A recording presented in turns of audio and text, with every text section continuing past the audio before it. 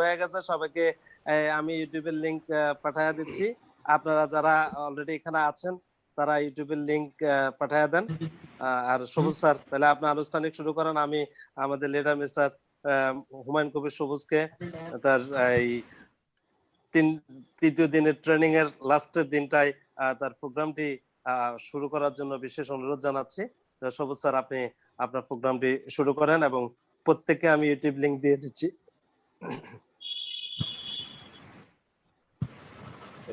Thank you সবাইকে। আসসালামু আলাইকুম। আশা করি সবাই খুব ভালো আছেন। বিশেষ করে আজকে আমাদের এই প্রোগ্রামে আমাদের কামরুজ্জামান স্যার অ্যাটেন্ড করার জন্য কামরুজ্জামান স্যারকে অনেক বেশি ধন্যবাদ জানাচ্ছি। আর পাশাপাশি টোটাল প্রোগ্রামটা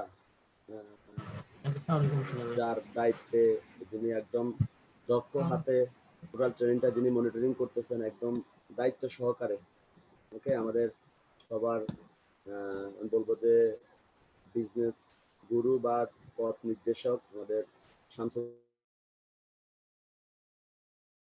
জানাচ্ছি। পাশাপাশি আমরা যারা পার্টিসিপেন্ট হিসেবে আমরা সবাই সময়মতো অ্যাটেন্ড করতে পারছি বা অ্যাটেন্ড করেছি, আপনাদের সবাইকে অনেক বেশি ধন্যবাদ জানাচ্ছি যে ঠিক সময় মতো সবাই অ্যাটেন্ড করার জন্য। আসলে আমাদের এই আন্তরিকতা এবং আমাদের এই সময় মতো আমাদের এই অ্যাটেন্ডেন্স প্রমাণ করে যে আসলে আমরা সবাই সফল হতে চাই এবং আমাদের মধ্যে সফলতার একটা ক্ষুধা আছে। এখন নেটওয়ার্ক মার্কেটিং বিজনেসে সবসময় একটা কথা বলা হয়, যদি আপনি যদি এই বিজনেসে সফল হতে চান বা যে কোনো কেউ যদি নেটওয়ার্ক মার্কেটিং লাইফে তার ক্যারিয়ারটা তৈরি করতে চায়, দুইটা বিষয় খুব ইম্পর্টেন্ট। আপনি কত ভালো কথা বলতে পারেন, কত ভালো ট্রেনিং করতে পারেন, কত ভালো ট্রেনিং করাইতে পারেন, বা আপনি কত যোগ্যতা সম্পন্ন। সবুজ স্যার সরি, একটু যদি আপনার সাউন্ডটা বাড়ায় নিতেন। আমি সাউন্ডটা যে কিভাবে বাড়াবো দেখি, মোবাইলে বললে কি সাউন্ডটা বাড়াই কিনা দেখি। বাস ভাইকে আছে না নাই আমার মোবাইলের লাইন একটু মোবাইলে কথা বললে বেশি না ল্যাপটপ, আমি তো ল্যাপটপে কানেকশন দিয়ে কথা বলতেছিলাম এতক্ষণ। এই জন্য মনে হয় একটু কথা ক্লিয়ার আসে না। এখন কি যাই মোবাইলে হোক, কথা শোনা যায়, অসুবিধা নাই, এটা খুব অসুবিধা হচ্ছে না। তারপরে সবাই একটু অনুরোধ করছে আর কি, কয়েকজন মেসেজ করছে। ঠিক আছে স্যার, আপনি কন্টিনিউ করেন। জি স্যার, জি স্যার, আপনি কন্টিনিউ করেন। তাহলে যেটা হয় আমার নিজে মনে হ্যাঁ করেন। ওকে, এবার ঠিক আছে, এবার ঠিক আছে, এটুকু হলে ঠিক আছে। ওকে, তো যেটা বলতেছিলাম যে আপনি কত ভালো ট্রেনিং করাইতে পারেন, কত ভালো কাজ করতে পারেন, কত ভালো কাজ বুঝেন, হ্যাঁ আপনি কত এক্সপার্ট, সবকিছু পরে এর আগে বলা হয় নেটওয়ার্ক মার্কেটিং এ কেউ যদি সাকসেস হতে চায় দুইটা জিনিস খুব ইম্পর্টেন্ট। সেটা হচ্ছে নাম্বার ওয়ান হচ্ছে প্রতিষ্ঠান, আপনি যে কোম্পানির সাথে কাজ করবেন সেই কোম্পানিটি কেমন। নাম্বার টু হচ্ছে এই নেটওয়ার্ক মার্কেটিং বিজনেসে সফল হওয়ার জন্য আপনার একজন মেন্টর লাগবে, আপনার একজন গাইডলাইন লাগবে, আপনার একজন গুরু লাগবে। হ্যাঁ, যদি আপনি একজন দক্ষ ভালো মানে দায়িত্বশীল গুরুকে যদি আপনি ফোকাস করেন বা যদি আপনি পেয়ে যান, তাহলে নেটওয়ার্ক মার্কেটিং এ আপনার জন্য সফল হওয়াটা অনেক সহজ। আমরা এখানে যারা আছে আমরা সবাই জানি যে আল্লাহ তাআলার অশেষ রহমতে আমরা এমন একটা প্রতিষ্ঠান পেয়েছি, টিএস গ্রুপ। হ্যাঁ, বাংলাদেশে লক্ষ লক্ষ যুবক তারা স্বপ্ন দেখে এমন কিছু কোম্পানিতে কাজ করে যেখানে আসলে কখনো কোনো স্বপ্ন পূরণ করা মানে আদৌ সম্ভব না, এখন পর্যন্ত কেউ পারে নাই। বরং কোম্পানির স্বপ্ন পূরণ হবে কিনা এটাই সন্দেহ, ডিস্ট্রিবিউটরের স্বপ্নটা পরের কথা। বাট আল্লাহর রহমতে আমরা সবাই, আল্লাহর অশেষ কৃপায় আমরা এমন একটা প্রতিষ্ঠানের সাথে সম্পৃক্ত হয়ে গেছি যে ইনশাল্লাহ আমাদের ফিউচার নিয়ে আমাদেরকে টেনশন করা লাগবে না, প্রতিষ্ঠান নিয়ে আমাদেরকে টেনশন করা লাগবে না। আজকে আমরা দেখেন, আমরা চাই কিন্তু একটা ভুল প্রতিষ্ঠানে কিন্তু আমরা অ্যাটেন্ড করতে পারতাম, জয়েন করতে পারতাম। বা ভুল প্রতিষ্ঠানে যদি আমরা গিয়ে পড়তাম, আমাদেরকে কি করা লাগতো জানেন? 2-3 বছর 4 বছর 5 বছর কাজ করার পরে আবার নতুন করে আরেকটা জায়গাতে শুরু করা লাগতো। কেন? কারণ কিছুদিন পরে দেখতাম যে সেই প্রতিষ্ঠানটাও নেই। বারবার আমাদেরকে নেটওয়ার্ক বিল্ড আপ করার জন্য বাংলাদেশে বহু নেটওয়ার্কার আছে যারা গত 10 বছর 15 বছরে 5-10টা কোম্পানি গিয়ে নেটওয়ার্ক বিল্ড আপ করতে করতে করতে করতে এখন তার আর কোনো কিছু আর নেই। তো সৃষ্টিকর্তার অশেষ রহমতে আমরা একটা ভালো প্রতিষ্ঠান পাইছি। এখন আমাদের লাগবে কি? একজন আপলাইনকে মানা, একজন গুরুকে মানা। হ্যাঁ, এবং বলা হয়ে থাকে যে আপনি যদি একজন সঠিক লিডার পান, সঠিক একজন আপলাইন পান, তাহলে আপনি খুব স্মুথলি, আপনি কোনো প্রবলেম ছাড়াই আপনি নিরাপদে আপনাদের গন্তব্যে পৌঁছাতে পারবেন। এখন আপনারা খেয়াল করে দেখবেন যে আমরা সিরিয়ালি আমাদের আপনাদের দিকে যত দিকেই তাকাই, সবাই কিন্তু মানে খুবই আন্তরিক। এখন আপনাকে আগে জানতে হবে যে আসলে একজন আপলাইনের মধ্যে কোন কোন যোগ্যতাগুলা বা কোন কোন অ্যাক্টিভিটিস গুলা দেখলে আপনি বুঝবেন যে আসলে উনি আপনার গুরু বা বস হতে পারে। নাম্বার 1, আপনি দেখবেন যে ব্যক্তিটি আপনার আপলাইন হিসেবে দায়িত্ব নিয়ে বিজনেসটা করতেছেন সে ফুল টাইমের কিনা, সে ফুল টাইম নেটওয়ার্ক মার্কেটিং করে কিনা, নাকি সে এটার পাশাপাশি সে অন্য বিজনেস করে।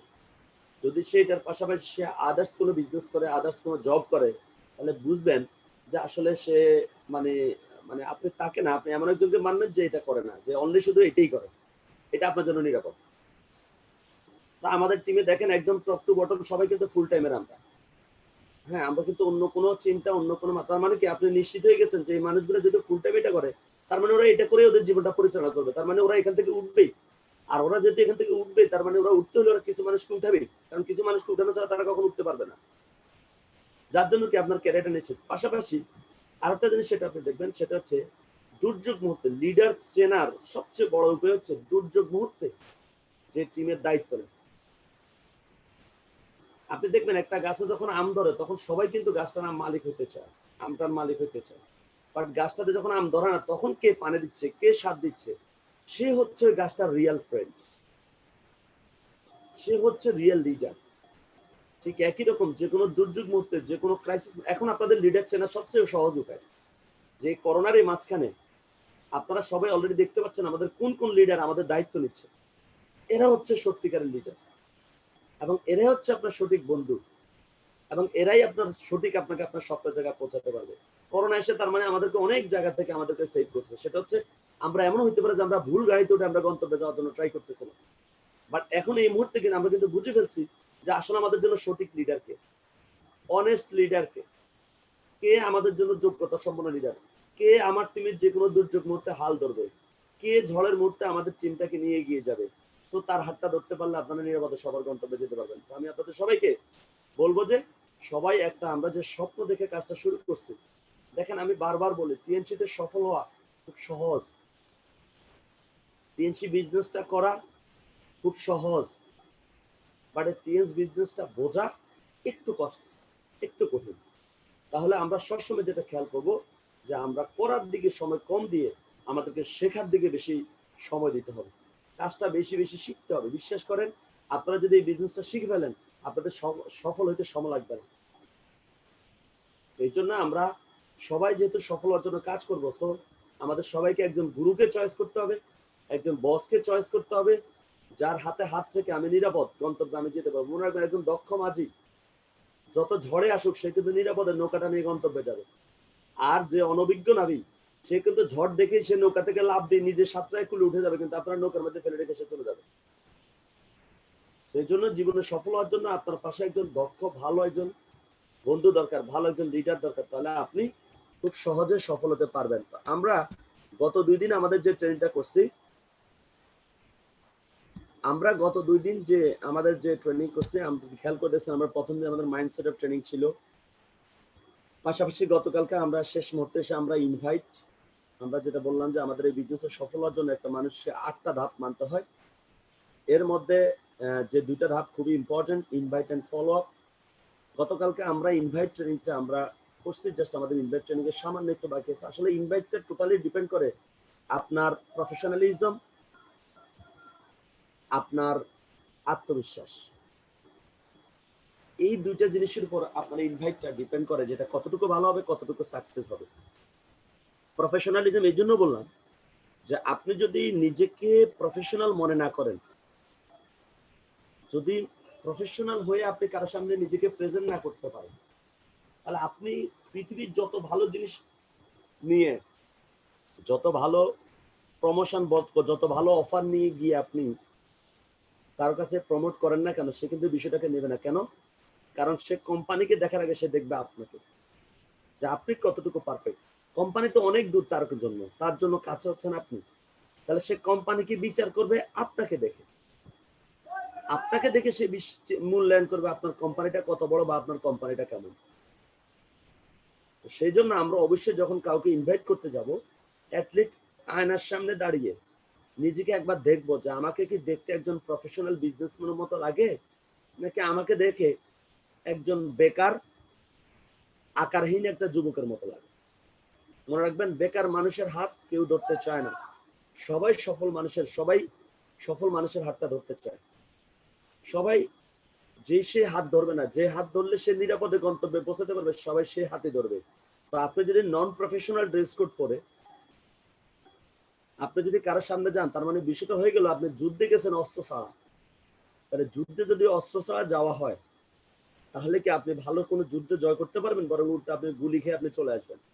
আমাদের অধিকাংশ ডিস্ট্রিবিউটর তাদের রেজাল্ট কম আসার পেছনে অন্যতম কারণ হচ্ছে তাদের এই প্রফেশনালিজমের অভাব। আমি আবারও সবাইকে রিকোয়েস্ট করতেছি, ভাই, অনেকের হয়তো বা প্রথম লজ্জা লাগবে যে কি বলেন, আমি শার্ট প্যান্ট করে আমাদের রাস্তা দিয়ে হাঁটবো। ওকে, সো ভাই এই চিন্তা করলে তাহলে আমাদের জীবনে সফলতা আসবে না। সো সবাই অবশ্যই ড্রেস কোডটা চেঞ্জ করে নেবেন আজকে থেকেই, যেহেতু আজকে থেকে আপনারা অ্যাকশনে নেমে যাবেন, আজকে ট্রেনিং এর পর থেকেই। তো আজকে থেকে আপনারা অবশ্যই আপনাদের ড্রেস কোডটা ঠিক করে ফেলবেন। মাস্ট বি শার্ট প্যান্ট করবেন, ব্যাগ নেবেন, আপনার ব্যাগে অবশ্যই আপনার ভিজিটিং কার্ড থাকতে হবে, বিজনেস টুলস আপনি বিজনেস করার জন্য যাহা যাহা লাগে সবকিছু আপনার সাথে থাকতে হবে। এরপর আপনি ইনভাইটে যান, দেখবেন যে আপনার রেজাল্টটা ভালোভাবে চলে যায়। পাশাপাশি আরেকটা কথা বললাম যে আত্মবিশ্বাস, যে আপনি নিজের উপর কতটুকু বিশ্বাস রাখেন, কোম্পানির উপর কতটুকু বিশ্বাস রাখেন, প্রোডাক্টের উপর কতটুকু বিশ্বাস রাখেন, সিস্টেমের উপর কতটুকু বিশ্বাস রাখেন, এটির উপর ডিপেন্ড করবে আপনার ইনভাইটটা কত ভালো হবে, আপনার আত্মবিশ্বাস। পাশাপাশি ইনভাইটটা ভালো হওয়ার সবচেয়ে সেরা কৌশলটা হচ্ছে আপনি কেন টিএনস করেন, এটা আগে আপনাকে ক্লিয়ার হতে হবে। আপনি যদি জানেন যে আমি এই জন্য টিএনস করি, তাহলে আপনি বুঝবেন যে এই জিনিসটা ওই মানুষটার দরকার, তখন আপনি তাকে একটা সুযোগ দিতে যাবেন। আর সুযোগ দিতে গেলে অবশ্যই তখন তার রেজাল্টটা চলে আসবে, কারণ তখন আপনার কথার মধ্যে একটা আত্মবিশ্বাস থাকবে। তো এই জন্য আমরা আগে সবাই ক্লিয়ার হবে যে আসলে আমরা কেন টিএনস করি এবং টিএনস করলে একজন মানুষ কি পেতে পারে, এটা আগে আপনাদেরকে শিওর হতে হবে। কারণ আপনার মধ্যে যদি দুর্বলতা থাকে, আপনার ইমান যদি দুর্বল হয়, তাহলে আপনি কারোর সাথে আপনার আত্মবিশ্বাস নিয়ে কথা বলতে পারবেন না। ওকে, তো আমরা সবাই অবশ্যই এটা শুরু করবো। আর ইনভাইট শব্দের অর্থ হচ্ছে ক্ষুধা তৈরি করা। ইনভাইট শব্দের অর্থ এটা না যে প্ল্যান দেখাই ফেলা। আমরা অধিকাংশ মানুষ সেটা ভুল করে ফেলেছি, এটা হচ্ছে আমরা ইনভাইটে গিয়ে আমরা কিছু কথা বলে দিই, এটা কিন্তু রং কনসেপ্ট। ইনভাইট হচ্ছে তার মধ্যে একটা ক্ষুধা তৈরি করবেন, সে আপনার কথাগুলো শোনার জন্য সে পাগল হয়ে থাকবে, কি জানি বলবেন, কি সুযোগ তাকে দিবেন, এটা শোনার জন্য সে ব্যাকুল হয়ে থাকবে। একটা ক্ষুধার্ত বাঘ, ধরেন গত সে 1 সপ্তাহ খাবার খায় নাই, 10 দিন খাবার খায় নাই, তার সামনে যদি হঠাৎ করে একটা হরিণের বাচ্চা পড়ে, সেটাকে ধরবে কিভাবে বলেন তো? চুম্বকের মতো ধরে ফেলবে না? ঠিক একই রকম আপনি যখন একটা মানুষের মধ্যে যখন ক্ষুধা তৈরি করেন, যখন তার মধ্যে ক্ষুধা তৈরি করতে পারবেন, তখন আপনি তাকে বিজনেস প্ল্যানটা দেখানোর সাথে সাথে দেখে সে খুব দ্রুত ক্যাচ করে ফেলবে। আপনি তাকে যাই বলবেন সাথে সাথে সেটাকে ক্যাচ করে ফেলবে। সেই জন্য আমরা সবাই এখন প্রশ্ন হচ্ছে ক্ষুধা কিভাবে তৈরি করবেন এবং কোন প্রফেশনের মানুষকে, মানে কোন প্রফেশনের মানুষের মধ্যে কি বললে তার মধ্যে একটা ক্ষুধা তৈরি হবে। এখন আমরা এই বিষয়টা নিয়ে আমরা সবাই আলোচনা করব। আসেন, হাউ ইউ স্টার্ট ইনভাইট, কিভাবে আমরা সবাই ইনভাইট করব।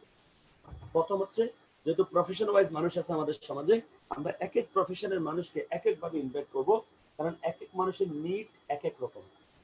একটা মানুষকে আপনি যদি আমাদের উদ্দেশ্যটাকে দেখেন, আপনি যখন কাউকে ইনভাইট করতে যান, সে কিন্তু টিএনসির ব্যাপারে সে কিছুই জানেন না, নাম্বার 1। নাম্বার 2 হচ্ছে টিএনসি ব্যাপারে সে কিন্তু এখনো তার মধ্যে দ্বিমত আছে। যদি একমত হতো তাহলে সে আপনি যাওয়ার আগে সে জয়েন করে দেবে। যেহেতু সে এখনো জয়েন করে না, তার মানে টিএনসির ব্যাপারে তার দ্বিমত, আপনার সাথে সে একমত না। তাহলে আপনার দায়িত্ব হচ্ছে তাকে ঐক্যমত, তাকে আপনার মতে নিয়ে আসা।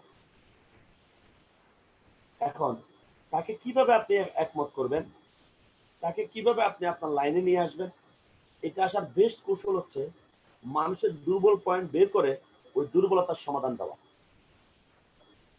একটা মানুষ কি চাচ্ছে, একটা মানুষ গরু মাংস পছন্দ করে, এখন আপনি তাকে সারাক্ষণ মাছ বলতেছেন, মাছ খান, আমাদের এখানে মাছ পাওয়া যাবে, সে তো খাবে না, সে তো গরু মাংস পছন্দ করে, তাহলে আপনি তারা মাছ দিতে হবে না। আরেকজন ব্যক্তি আবার আলু ভর্তা পছন্দ করে, সবজি পছন্দ করে, এখন আপনি তারা বারবার গরু মাংসের অফার দিচ্ছেন, সে তো কখনোই গরু মাংস নেবে না, সে তো সবজি পছন্দ করে, গরু মাংস তার কাছে বিরক্তিকর বিষয়।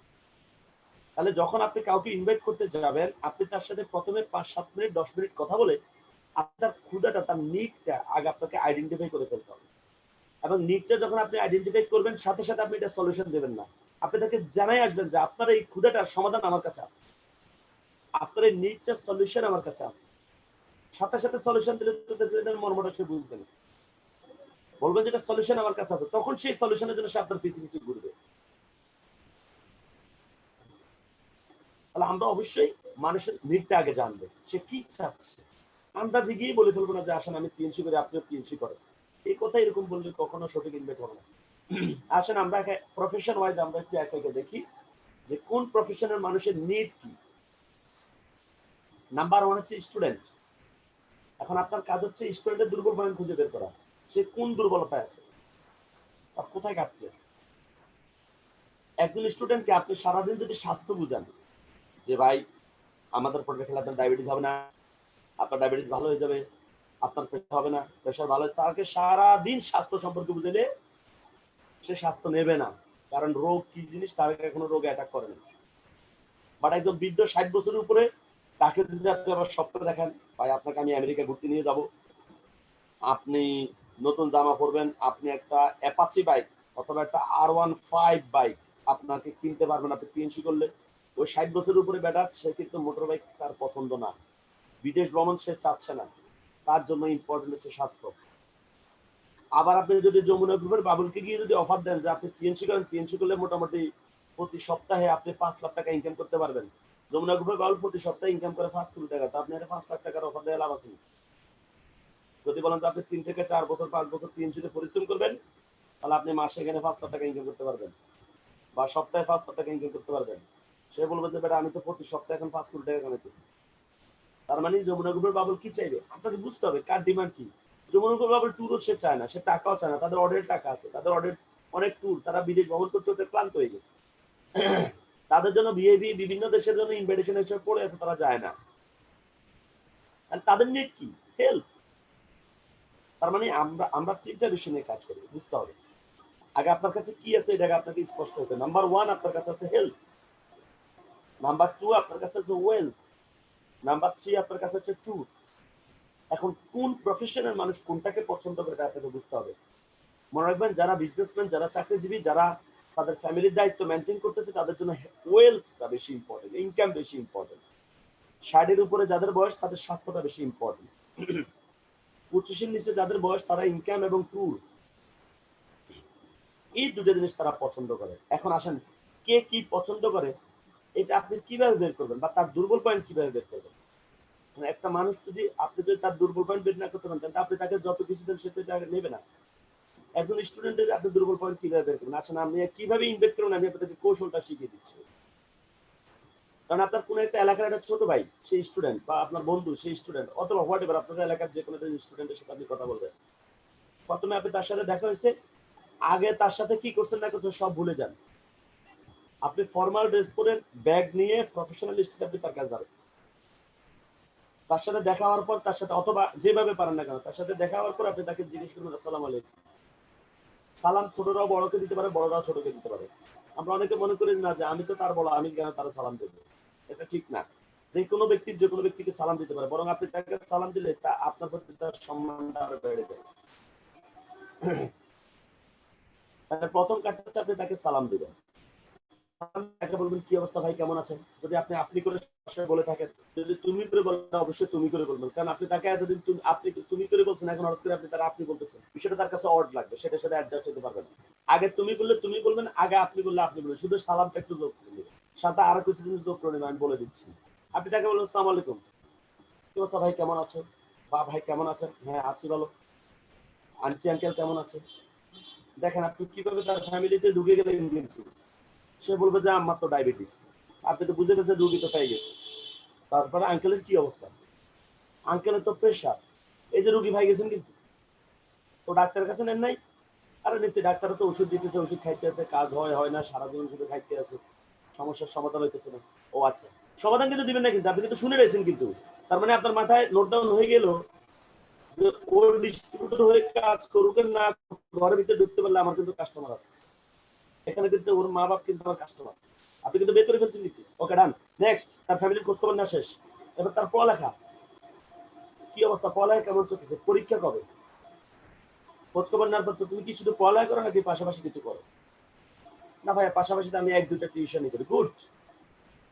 কয়টা টিউশনই করি? 2টা করি। মাশাআল্লাহ। কোন কোন ক্লাসের স্টুডেন্ট পড়ো? এই ক্লাসের স্টুডেন্ট পড়ো। গুড। তুমি তো দেখতেছি যথেষ্ট ট্যালেন্ট। আর আসলে স্টুডেন্ট লাইফে পড়ালেখা টিউশনই করালে কিন্তু নিজের মেধাটা বাড়ে। দেখেন এই যে আপনি কিন্তু তার একটা প্রশংসা করে ফেলছেন, গতকালকে কিন্তু বলছি কাউকে ইনভাইট করতে গেলে তার প্রশংসা করতে হবে। আপনি অলরেডি তার ক্ষেত্রে 2-3টা প্রশংসা কিন্তু করে ফেলছেন কিন্তু। সে অলরেডি কিন্তু আপনার প্রতি সে কিন্তু কনভিন্স হয়ে যাচ্ছে।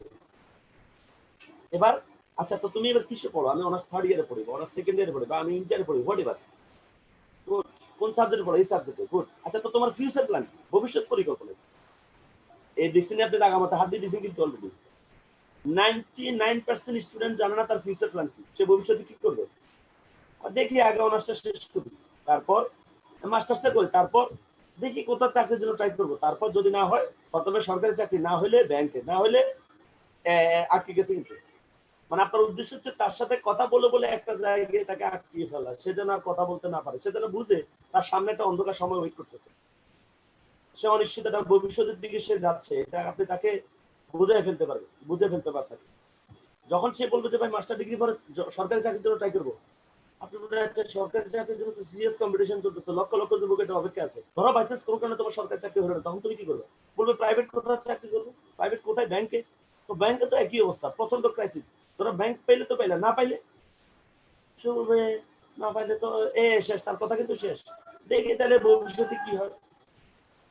তার মানে সে কিন্তু তার দুর্বল পয়েন্টে কিন্তু আপনি কিন্তু চলে গেছেন, তখন আপনি তাকে বলেন তার মানে ভাই খেয়াল করছে আমরা কিন্তু অধিকাংশ স্টুডেন্ট আমরা কিন্তু অনিশ্চিত ভবিষ্যতের দিকে আছি, যা আমাদের জন্য ভালো কিছু আমরা পেতে পারি, আবার খারাপ কিছু কিন্তু আমরা পেতে পারি। এখন ভালো কিছু পেলে তো ভালো, বাট যদি বাইচান্স খারাপ কিছু পেয়ে যাই তাহলে আমাদের জীবন শেষ।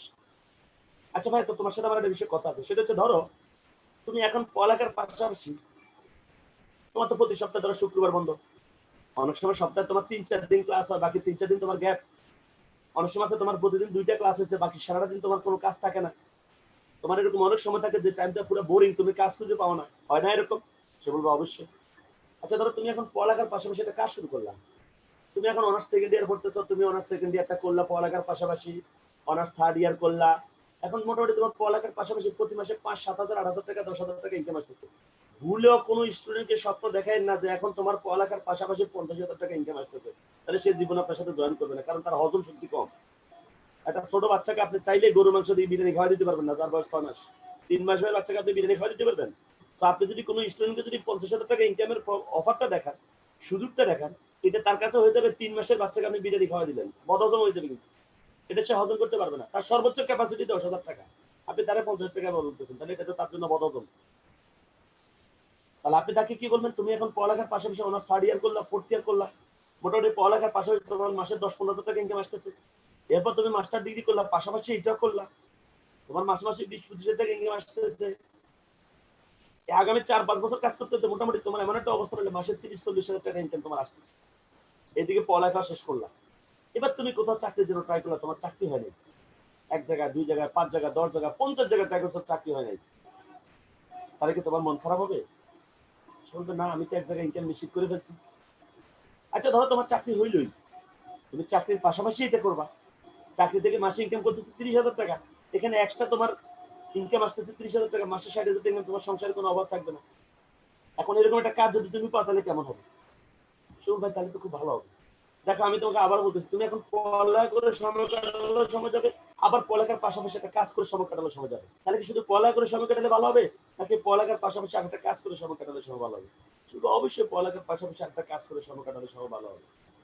তাহলে বলবে যে ভাইয়া তাহলে আজকে তো আমার সময় নাই, তো একটা কাজ করো, তুমি ফ্রি আছো কবে, এখন ফ্রি আছো কবে বলে তাকে যদি সময় দেন সে কিন্তু টাইম ঠিক করতে পারবে না, আপনি টাইম ঠিক তুমি সব, আচ্ছা তুমি এখন তো সময় নাই, আচ্ছা তুমি ফ্রি আছো কবে বলো তো, আগামী শুক্রবার না শনিবার, দেখেন ডেট কিন্তু আপনি সিলেকশন করতেছেন, সে কিন্তু চয়েস করবে সে কোনটা নিচ্ছে, শুক্রবার না শনিবার, সে বলবে শুক্রবার, সকাল না বিকাল, বিকাল, আচ্ছা তাহলে শুক্রবার বিকাল 3টা বাজে, তুমি তাহলে একটা তুমি আমাদের বাসায় এসে পড়ো, অথবা চল পাচ্ছি ঠিক আছে ওকে, অথবা তুমি আমাদের ওইখানে আমাদের অফিসে, তুমি অফিসে এসে পড়ো,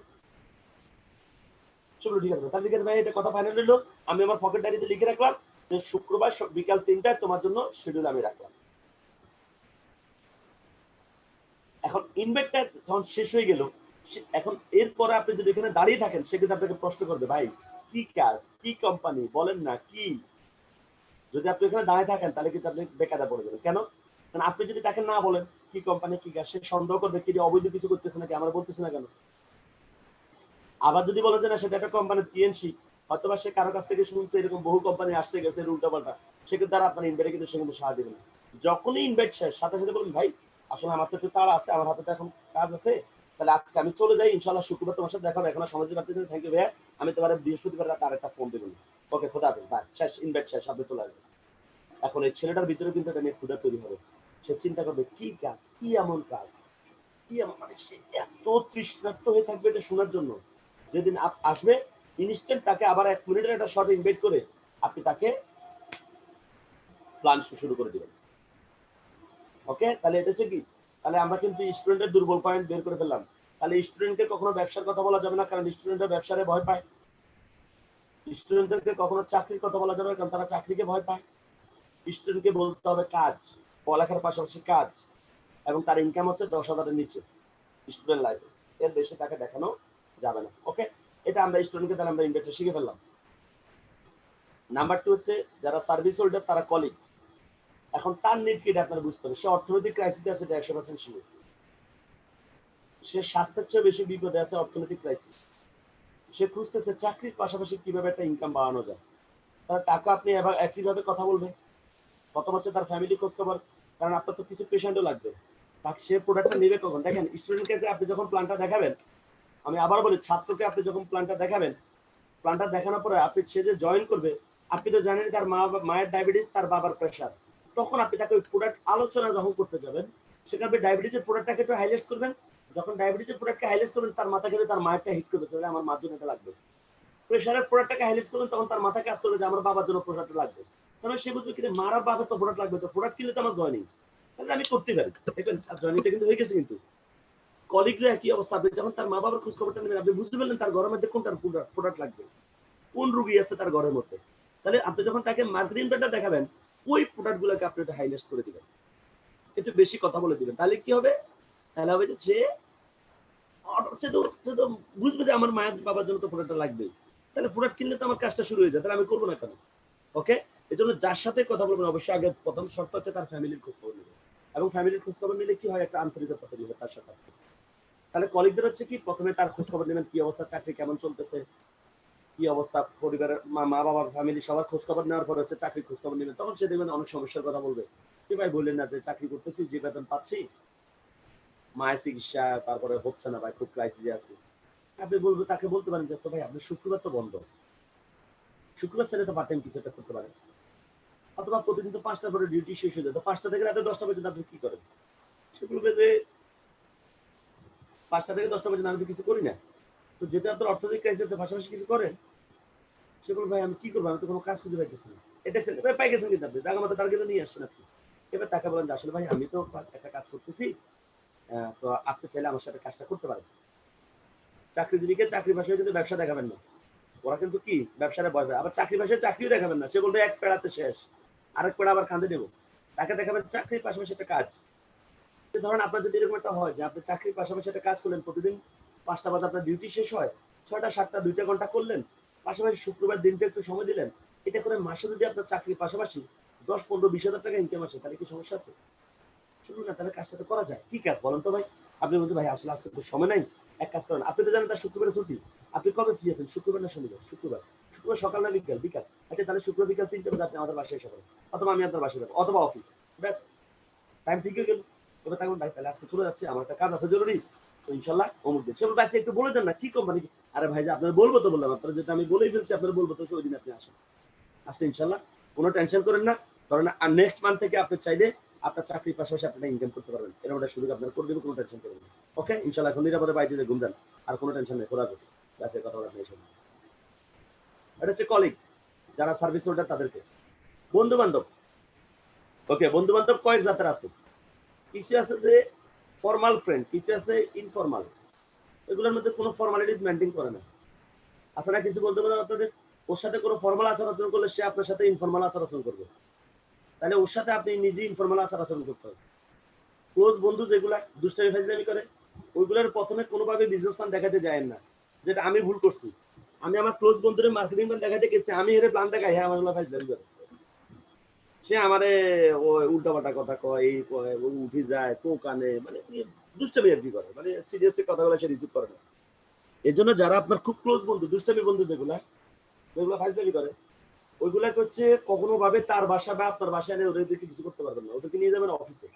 কারণ সে যখন অফিসে যাবে সে মোটামুটি এখানে বুঝবে যে এই পরিবেশে উল্টাপাল্টা কোনো কথা বা চিন্তা ভাবনা করা যাবে না। আপনি তাকে অফিসে নিজের টেবিলে বসায় তার সামনে একটা ফর্ম দিয়ে দিবেন আপনার বসের সাথে। আর ক্লোজ বন্ধু যেগুলো, ওগুলোকে আপনি প্ল্যান দেখাবেন, আপনার বসের সাথে বসা দিবেন। বসের সাথে পরিচয় করে দিয়েই আমি সিস্টেমটা আগে আপনাদেরকে শিখাই দিই। বসের সাথে পরিচয় করে দিয়েই আপনি কিন্তু বলবেন, বস কিছু মনে করেন না, আপনি একটু পরে কথা বলবেন, যেটা আমার খুব ক্লোজ বন্ধু, আগে বন্ধুর সাথে আমি কথা বলে নিই। এবার আপনি আপনার ব্যাগ থেকে একটা ফর্ম বের করে আপনার বন্ধু বলবেন যে, বন্ধু ফর্মটাতে একটু সিগনেচার করো। সে বলবে কি ফর্ম? আপনি বলবেন যে, আমি একটা খুব ফালতু কোম্পানিতে কাজ শুরু করছি, এটা পৃথিবীর শ্রেষ্ঠ 2 নম্বর কোম্পানি, আমি এখানে কাজ করতেছি, তুমি আমার সাথে কাজ করবে, ফর্মে এখন আগে সাইন করো। মানে একদম নাসমার আগে হচ্ছে তার ফর্মে সাইন আপ করেন। তার সাথে প্রথমে কোনো মার্কেটিং প্ল্যান নেই, তার সাথে কোনো ফর্মালিটিস নেই, আগে তুই ফর্ম সাইন কর। আমি খারাপ কাজ করতেছি, তুই আমার সাথে। এখন আপনি যদি তাকে 3 জনকে ভালো বলেন, সেগুলো দূর বেটা বুয়া।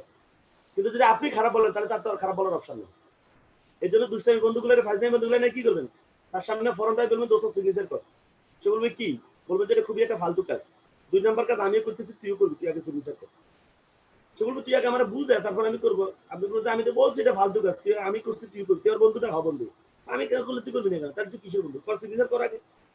সিগনেচার করলেই দেখবেন সিগনেচারটা যখন তাকে দিক করাবেন, এখন তার মনের মধ্যে কিন্তু একটা খেলা খেলবে যে ফর্মে যেহেতু সাইন আপ করে ফেলছে, আমাকে তো টাকা দিতে হবে।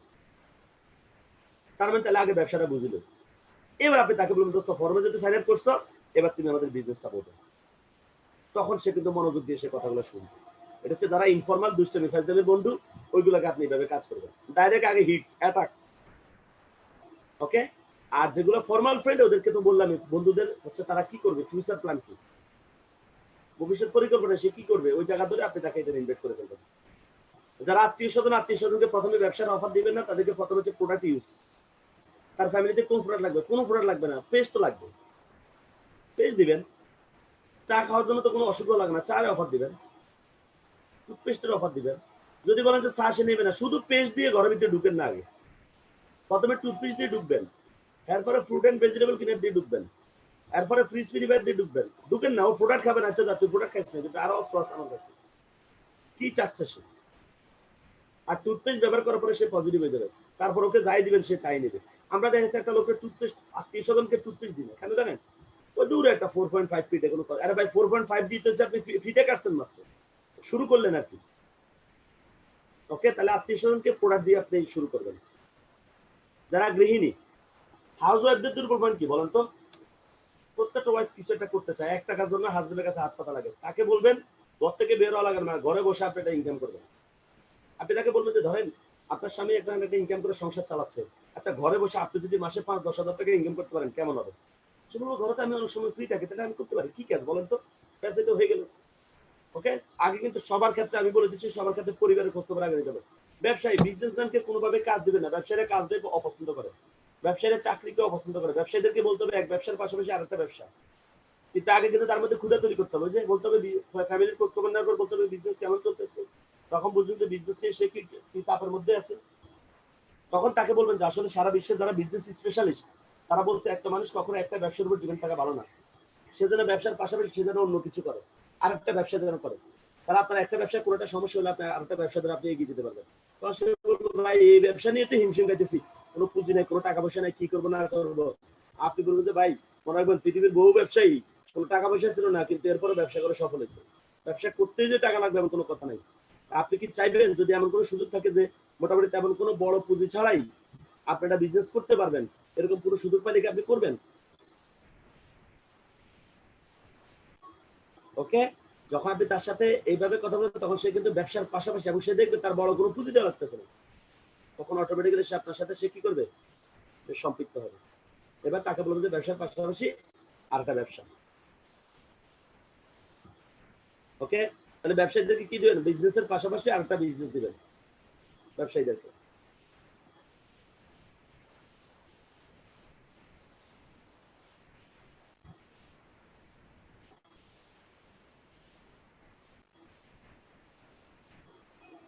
এরপরে যারা রিটায়ার্ড পার্সন, অবসরে গেছে, অবসরে তাদের কিন্তু জীবনকে নিয়ে আর স্বপ্ন নাই। তারা হচ্ছে একটু স্বাস্থ্য চার পরবর্তী জেনারেশনের জন্য কিছু করতে চায়। তাকে আপনি তার দুর্বল পয়েন্টটা বের করবেন, যে তার দুর্বল পয়েন্ট কি, সে সারা জীবন চাকরি করছে কিছু করতে পারেন, এটা 100% শিওর। ওটা বের করে ফেলবেন যে চাকরি করে কি অবস্থা, ছেলে মেয়েদের জন্য কিছু করতে পারছেন নাকি। তখন তো সে কান্না করে দিবে আপনার কাছে যে না রে ভাই, দেখতে দেখতে তো জীবনটা চলে গেল, কিছু তো করতে পারলাম না। এবার তাকে বলবেন যে আচ্ছা, তো এখন তো আপনার অনেক কিছু করার সময় বাকি আছে। আচ্ছা ধরুন আপনি এখন যে অবসর সময়গুলো কাটাচ্ছেন, কিছু একটা করে তো সময় কাটালে মানে ভালো হতো, শরীরটাও ভালো থাকতো। সেগুলো অবশ্যই এখন এরকম তো কাজ তো পাচ্ছি না, আপনি বলবেন আমার কাছে একটা কাজ আছে, আপনি চাইলে কাজটা করতে পারেন। তাকে কিন্তু ব্যবসা চাকরি কোনো সুযোগ দিবেন না, কাজ দিবেন। তাকে কি বলবেন, ও গৃহিণীকেও কিন্তু কাজ দিবেন, গৃহিণীকে কিন্তু চাকরি ব্যবসা বলবেন না। রিটায়ার্ড পার্সন যারা আছে তাদেরকে বলবেন যে আচ্ছা ধরেন আপনি এখন যেহেতু রিটায়ারমেন্টে গেছেন, আপনার তো সারা জীবন অনেক অভিজ্ঞতা, আপনি জব যেহেতু করছেন, আপনার অভিজ্ঞতার কোনো শেষ নাই। তো আপনি এখন যদি এই অভিজ্ঞতা নিয়ে ধরেন আগামী 3-4 বছর আপনি একটা কাজ শুরু করলেন, কোনো একটা কাজ করে করে এমন একটা অবস্থা হলো যে বর্তমানে আপনার একটা ইনকাম আসতেছে, পাশাপাশি আপনার সময়টা ভালোভাবে কাটতেছে, কিন্তু কাজটা করার পর আল্লাহ মাফ করুক, আপনি যদি মারা যান, আপনার ছেলে মেয়ে এখান থেকে ইনকাম পাবে, আপনার ছেলে মেয়ে এখান থেকে লাইফ টাইম একটা সুযোগ সুবিধা হবে, তাহলে আপনি আপনার জন্য কেমন হবে এরকম কোনো কাজ পেলে। কারণ আপনি তো 30 বছর চাকরি করছেন, সেই চাকরি থেকে কিন্তু আপনার ছেলে মেয়ে এখন কিছু পাচ্ছে না। বাট আগামী 3-4 বছর একটা কাজ করে যদি এমন হয় যে আপনার ছেলে মেয়ে এখান থেকে লাইফ টাইম সুযোগ সুবিধা হবে, তাহলে কেমন হবে। তুমি তাহলে আমি কাজটা করবো, এবার ব্যাস শুরু হয়ে গেল। আবার আপনার তারা বলবেন ঠিক আছে, ওকে তাহলে অমুক দিন অমুক সময় আমরা বসতেছি, বসে আমরা আপনার সাথে বিষয়টা নিয়ে আলোচনা করবো। ওকে, মানে টোটাল সবগুলোর প্রথমে হচ্ছে ফ্যামিলির খোঁজ খবর, তারপরে প্রফেশন আসবেন, তারপর তার খুদেটা বের করে তাকে আপনি বলবেন যে সমাধান আমার কাছে আছে। বেকার যারা, তার তো বুঝতে নিচ্ছে কাজ খুঁজতেছে, তাকে বলবেন যে কবে থেকে শুরু করবে, সে বলবে জানি না। তো কবে পাবা সেটাও জানি না, কবে থেকে ট্রাই করতেছে, সে 2 বছর ধরে ট্রাই করতেছে। তো 2 বছর একটা কিছু করলে তো তুমি এতদিন একটা অবস্থান তৈরি করে ফেলতে পারতা, তোমার সময় তো জীবন থেকে ঠিকই চলে যাচ্ছে। সে ভাই কি করবো, কাজ তো পাইতেছি না। আপনি হচ্ছে ঠিক আছে, তাহলে আমি একটা কাজ দিলে কাজটা করবা, একটা কাজ আছে আমি করতেছি, চাইলে আমার সাথে করতে পারো। এখন থেকে কাজ শুরু হয়ে গেলে, তুমি এখন থেকে আমার সাথে কাজটা করতে থাকলা, মাসে 5-10 হাজার টাকা 15 টাকা ইনকাম আসলো, ওই দিকে তুমি চাকরি খুঁজো বা ব্যবসা যেটা খোঁজার তুমি খুঁজতে থাকো। চাকরি পেলে চাকরি করবে, এটা করবে, কিন্তু তুমি যদি কাজটা এখন থেকে কন্টিনিউ করো, তোমার সময়টা কাজে লেগে গেল। গত 2 বছর যেভাবে তোমার সময়টা নষ্ট হলো, বর্তমান সময়টা এভাবে নষ্ট হলো, সময়টা কাজে লেগে গেল। ওকে, তাহলে এইভাবে এক এক প্রফেশনের মানুষকে আমি আসলে আপনাদেরকে সিকোয়েন্স গুলো ধরিয়ে দিছি যে মানুষের দুর্বল পয়েন্ট বের করে কিভাবে ইনভেস্ট করবে। এখন ধরেন ইনভেস্ট শেষ, আপনি সবার থেকে টাইম নিছেন যে শুক্রবার বিকাল 3টে বাজে আসবে, আমরা একটা ভুল করে ফেলি কি জানেন, ধরেন এখন হয় আপনি প্ল্যান দেখাবেন, নয় আপনার আপলাইন প্ল্যান দেখাবে। যদি আপনার আপলাইন প্ল্যান দেখায়, আমরা অনেকে একটা ভুল করে ফেলি, তাকে আগে থেকে কোনো প্রস্তুতি নিয়ে আসি না। মনে রাখবেন, যখন গেস্টটা আপনার কাছে আসবে, আপনি প্রথমে নিচেই তাকে বলবেন যে ভাই, তোমাকে এখন যার কাছে নিয়ে যাব, সে কিন্তু আমাদের এই কোম্পানির অনেক সিনিয়র, খুব ভালো অবস্থানে আছে, তার হাতে সময় নাই, আমি তোমার জন্য তার কাছ থেকে আধা ঘন্টা শিডিউল নিছি, তো তুমি এখন আগে তোমার ফোন সাইলেন্ট করো, ওনার আলোচনার মধ্যে যেন তোমার ফোনটা যেন না বাজে। তাকে হাইলাইট করবেন, তাকে যাকে দিয়ে আপনি প্ল্যানটা দেখাবেন, তার ফোনটা সাইলেন্ট করে ফেলবেন। কারণ আপনি যখন আপনার আপলাইনের সাথে প্রথম সাক্ষাৎ করেন, প্রথম পরিচয় আপনার আপলাইন, তাকে যদি বলে আপনার ফোনটা একটু সাইলেন্ট করেন, এটা এটা একটু অড দেখা যায়। যেটা আপনার কাছের মানুষ, আপনি বলে ফেললে তো এটা খুব সিম্পলি সমাধান হয়ে যায়। আমি আবারও রিকোয়েস্ট করতেছি, আমি অনেকটাই দেখি, অনেকে আমার সামনে গেস্ট বসায়, বাট গেস্টের ফোনটা বাজে, তখন আমার খুব দুঃখ লাগে। এখন তখন দেখা যাচ্ছে আমি নিজে, তখন আর ফর্মালিটিজ আমি আর মেনটেন করতে পারি, তখন আমি নিজে বলে ফেলি। বাট এটা বলার পর দেখা যাচ্ছে সেটাকে অনেক সময় অনেকে এটাকে পার্সোনালি নিয়ে যায়। বাট যেটা আপনার ক্লোজ লোক, আপনি কিন্তু বললে কিন্তু জিনিসটা কিন্তু সমাধান হয়ে যায়। আপনি বললে কিন্তু ফোনটা আপনি চ্যালেঞ্জ করে কিন্তু আপনি নিয়ে আসতে পারেন। ওকে, তো আমরা এই কাজটা করবো, তাহলে সে বিষয়টাকে সিরিয়াসলি নেবে, কি রে আগে থেকে আমাকে অ্যালার্ট করতেছে, সে কিন্তু আগে থেকে কিন্তু মানসিকতা প্রস্তুত থাকবে, না আমি এখানে গিয়ে উল্টাপাল্টা করা যাবে না, মনোযোগ দিয়ে আমাকে একটু সিরিয়াস একটা টাইম আমাকে কাটাতে হবে। কারণ আপনি তাকে আপনার সিনিয়রের সাথে দেখাতে যাচ্ছেন। এখন এবার তাকে অফিসে নিয়ে যাবেন। এখন আপনি অফিসে নিয়ে গিয়ে ধরেন ধরেন আপনারা 2 বন্ধু, একজন হচ্ছে রহিম, একজন হচ্ছে করিম। এখন রহিমের গেস্ট করিমকে দিয়ে প্ল্যান দেখাবে। হ্যাঁ, এখন আপনি যদি এই করিম মে দেখি আমার বন্ধুটার প্ল্যানটা দেখে দিত, তো আপনার বন্ধু কি করিমের কথা শুনবে? ভুলও কিন্তু এই কাজগুলো করবেন না। আমি রিকোয়েস্ট করি, অনেক সময় আছে ধরেন আমাদের জসিম ভাই ছোট, কামাল ভাই বড়, এরপরেও কামাল ভাই কোনোভাবে কোনো গেস্ট আনলে জসিম তুমি একটু ওনাকে একটু প্ল্যানটা দেখাই দাও তো ভাইয়া, এটা যেন না বলেন। কামাল ভাই অবশ্যই জসিম ভাইকে বলবে, জি বস, আপনি একটু কাইন্ডলি বস যদি আমার এই ফ্রেন্ডকে যদি একটু প্ল্যানটা দেখাতে।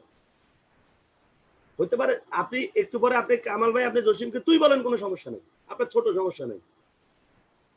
বাট যখন আপনার গেস্ট আসবে, তখন আপনি তাকে আপনি বলবেন। একই রকম ইলিয়াস ভাই, শিবচরের আমাদের ইলিয়াস ভাই যদি থেকে থাকেন, আমি জাস্ট এক্সাম্পল দিচ্ছি, মানে এরা হচ্ছে একজন সিনিয়র একজন জুনিয়র, মানে একজন বয়সে বেশি একজন ছোট, তারপর আমি এক্সাম্পল দিচ্ছি, কারণ আমি তো আপনাদের অনেকে হয়তো বা চিনেন সেজন্য বলতে পারতেছি না, যাদের কথা আমার মাথায় আছে সেই হিসেবে বলতেছি। হ্যাঁ, বা সাবিনা আপু যদি রনিকে বলে রনি তুমি একটু প্ল্যানটা দেখাই দাও তো, নো, এসে বলতে হবে বস বস কাইন্ডলি আমার গেস্টকে একটু যদি আপনি একটু সময় দিতে প্ল্যানটা দেখাতেন, তখন সে কিন্তু তাকে অন্যভাবে রিসিভ করে। আর যদি বন্ধু তুই তুমি, তখন সে বলে দূর আমার কি প্ল্যান দেখাবে। Be serious please. আমাদের ছোট্ট ছোট্ট ভুলের কারণে আমাদের কাজগুলো নষ্ট হয়ে যায়। এই ছোট্ট ছোট জিনিসগুলো আমরা মেনটেন করবো, প্লিজ রিকোয়েস্ট। সেটা হচ্ছে ইলিয়াস ভাইও যদি অন্য ব্রাকেট দিয়ে কোনো গেস্টের প্ল্যান দেখা হইতে পারে, ইলিয়াস ভাইয়ের ছেলের বয়সই হচ্ছে অন্য ব্রাকেট, বাট যখন ইলিয়াস ভাই যখন অন্য ব্রাকেট যখন বস বলে সম্বোধন করবে, আপনি বলে সম্বোধন করবে, গেস্টটার এই প্রফেশনটার প্রতি একটা সম্মান চলে আসবে, যেখানে মুরব্বীরা একটা ছোট বাচ্চাকে এরকম সম্মান করে। প্লিজ এই ছোট্ট ছোট্ট কিছু সিকোয়েন্স যদি আমরা মেনটেন করতে পারি, আমাদের কাজ কয়েক গুণ বেড়ে যাবে। তাহলে আমরা অবশ্যই আপনার আপলাইন সেটা হতে পারে আপনার বন্ধু, সেটা হতে পারে আপনার ছোট, হোয়াট এভার যাই হোক না কেন, আপনি অবশ্যই তাকে আপনি আপনি বলবেন, বস বলে সম্বোধন করবেন প্লিজ, এবং ফোনটা সাইলেন্ট করে ফেলবেন। অনেক সময় আমরা এরকম করি যে আমরা গেস্টের ফোন সাইলেন্ট করছি, নিজের ফোনটা বাজে। এইটার মতো একটা মানে কমন সেন্সলেস কাজ বা এটার মতো একটা ভুল কাজ আর একটা অনেক। কারণ যখন আপনার ফোনটা বাজে তখন গেস্টে বলবে কি রে ও আমার ফোন বন্ধ করেছে কিন্তু ওর ফোনটা দেখে অন আছে, তার মানে তো এদের কথার কাজে কোনো ঠিক নেই। ওকে, তো আপনার ফোনটা অবশ্যই সাইলেন্ট করবেন। পাশাপাশি অনেকে একটা ভুল করে ফেলেন, আপনার গেস্টটাকে অফিসে নিয়ে আসছেন, আপনি প্রথমত যার সাথে বসে প্ল্যানটা দেখাবেন আপনি এসে সবার সাথে পরিচয় করাই দিবেন।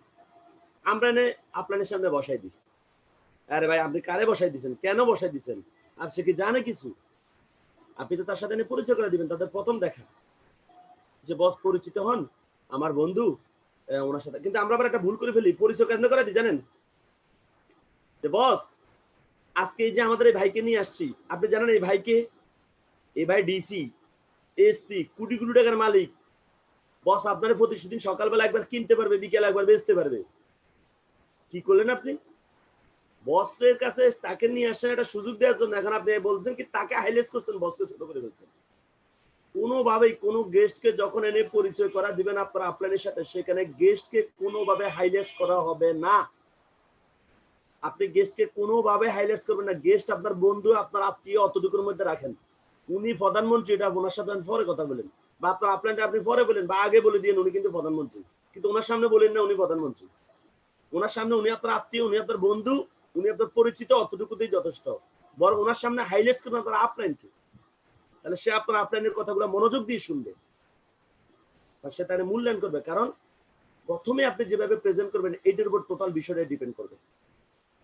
অনেকে আবার একটা ভুল করে ফেলে যে গেস্টের সাথে পরিচয় করায় দিয়ে আপনার সামনে বসাই দিয়ে সে কোন দিকে চলে যায়।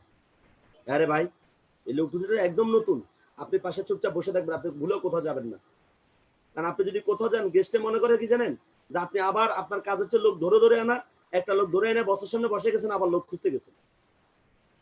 আবার অনেকের ফোন আসছে, ফোন নিয়ে কথা বলতে বলতে সামনে থেকে উঠে যায়, মানে এটা হচ্ছে টোটাল পরিবেশটাকে আপনি নিজে নষ্ট করে ফেলতেছেন। তো ভুলে আমরা এই কাজটা অবশ্যই করবো না। আমরা গেস্টকে এনে বসে দিয়ে আমরা নিজে বসে থাকবো, বসে বসে বসে যে প্ল্যান দেখাবে আমরা পুরোটা নিজে বসে বসে শিখে ফেলবো, বসে কিভাবে শুরু করছে কিভাবে শেষ করছে। বসে যতক্ষণ প্ল্যান দেখাবে আপনি কোনো কথা বলবেন, আপনি তো ইবতিদায়ে বেয়াজাল ইমাম মেনেই ফেলছেন, আপনি কেন এর ভিতরে কথা বলবেন। আপনি নীরবে বসে যা প্ল্যান বোঝাবে আপনি হচ্ছে নীরবে শুধু কথাগুলো শুনবেন।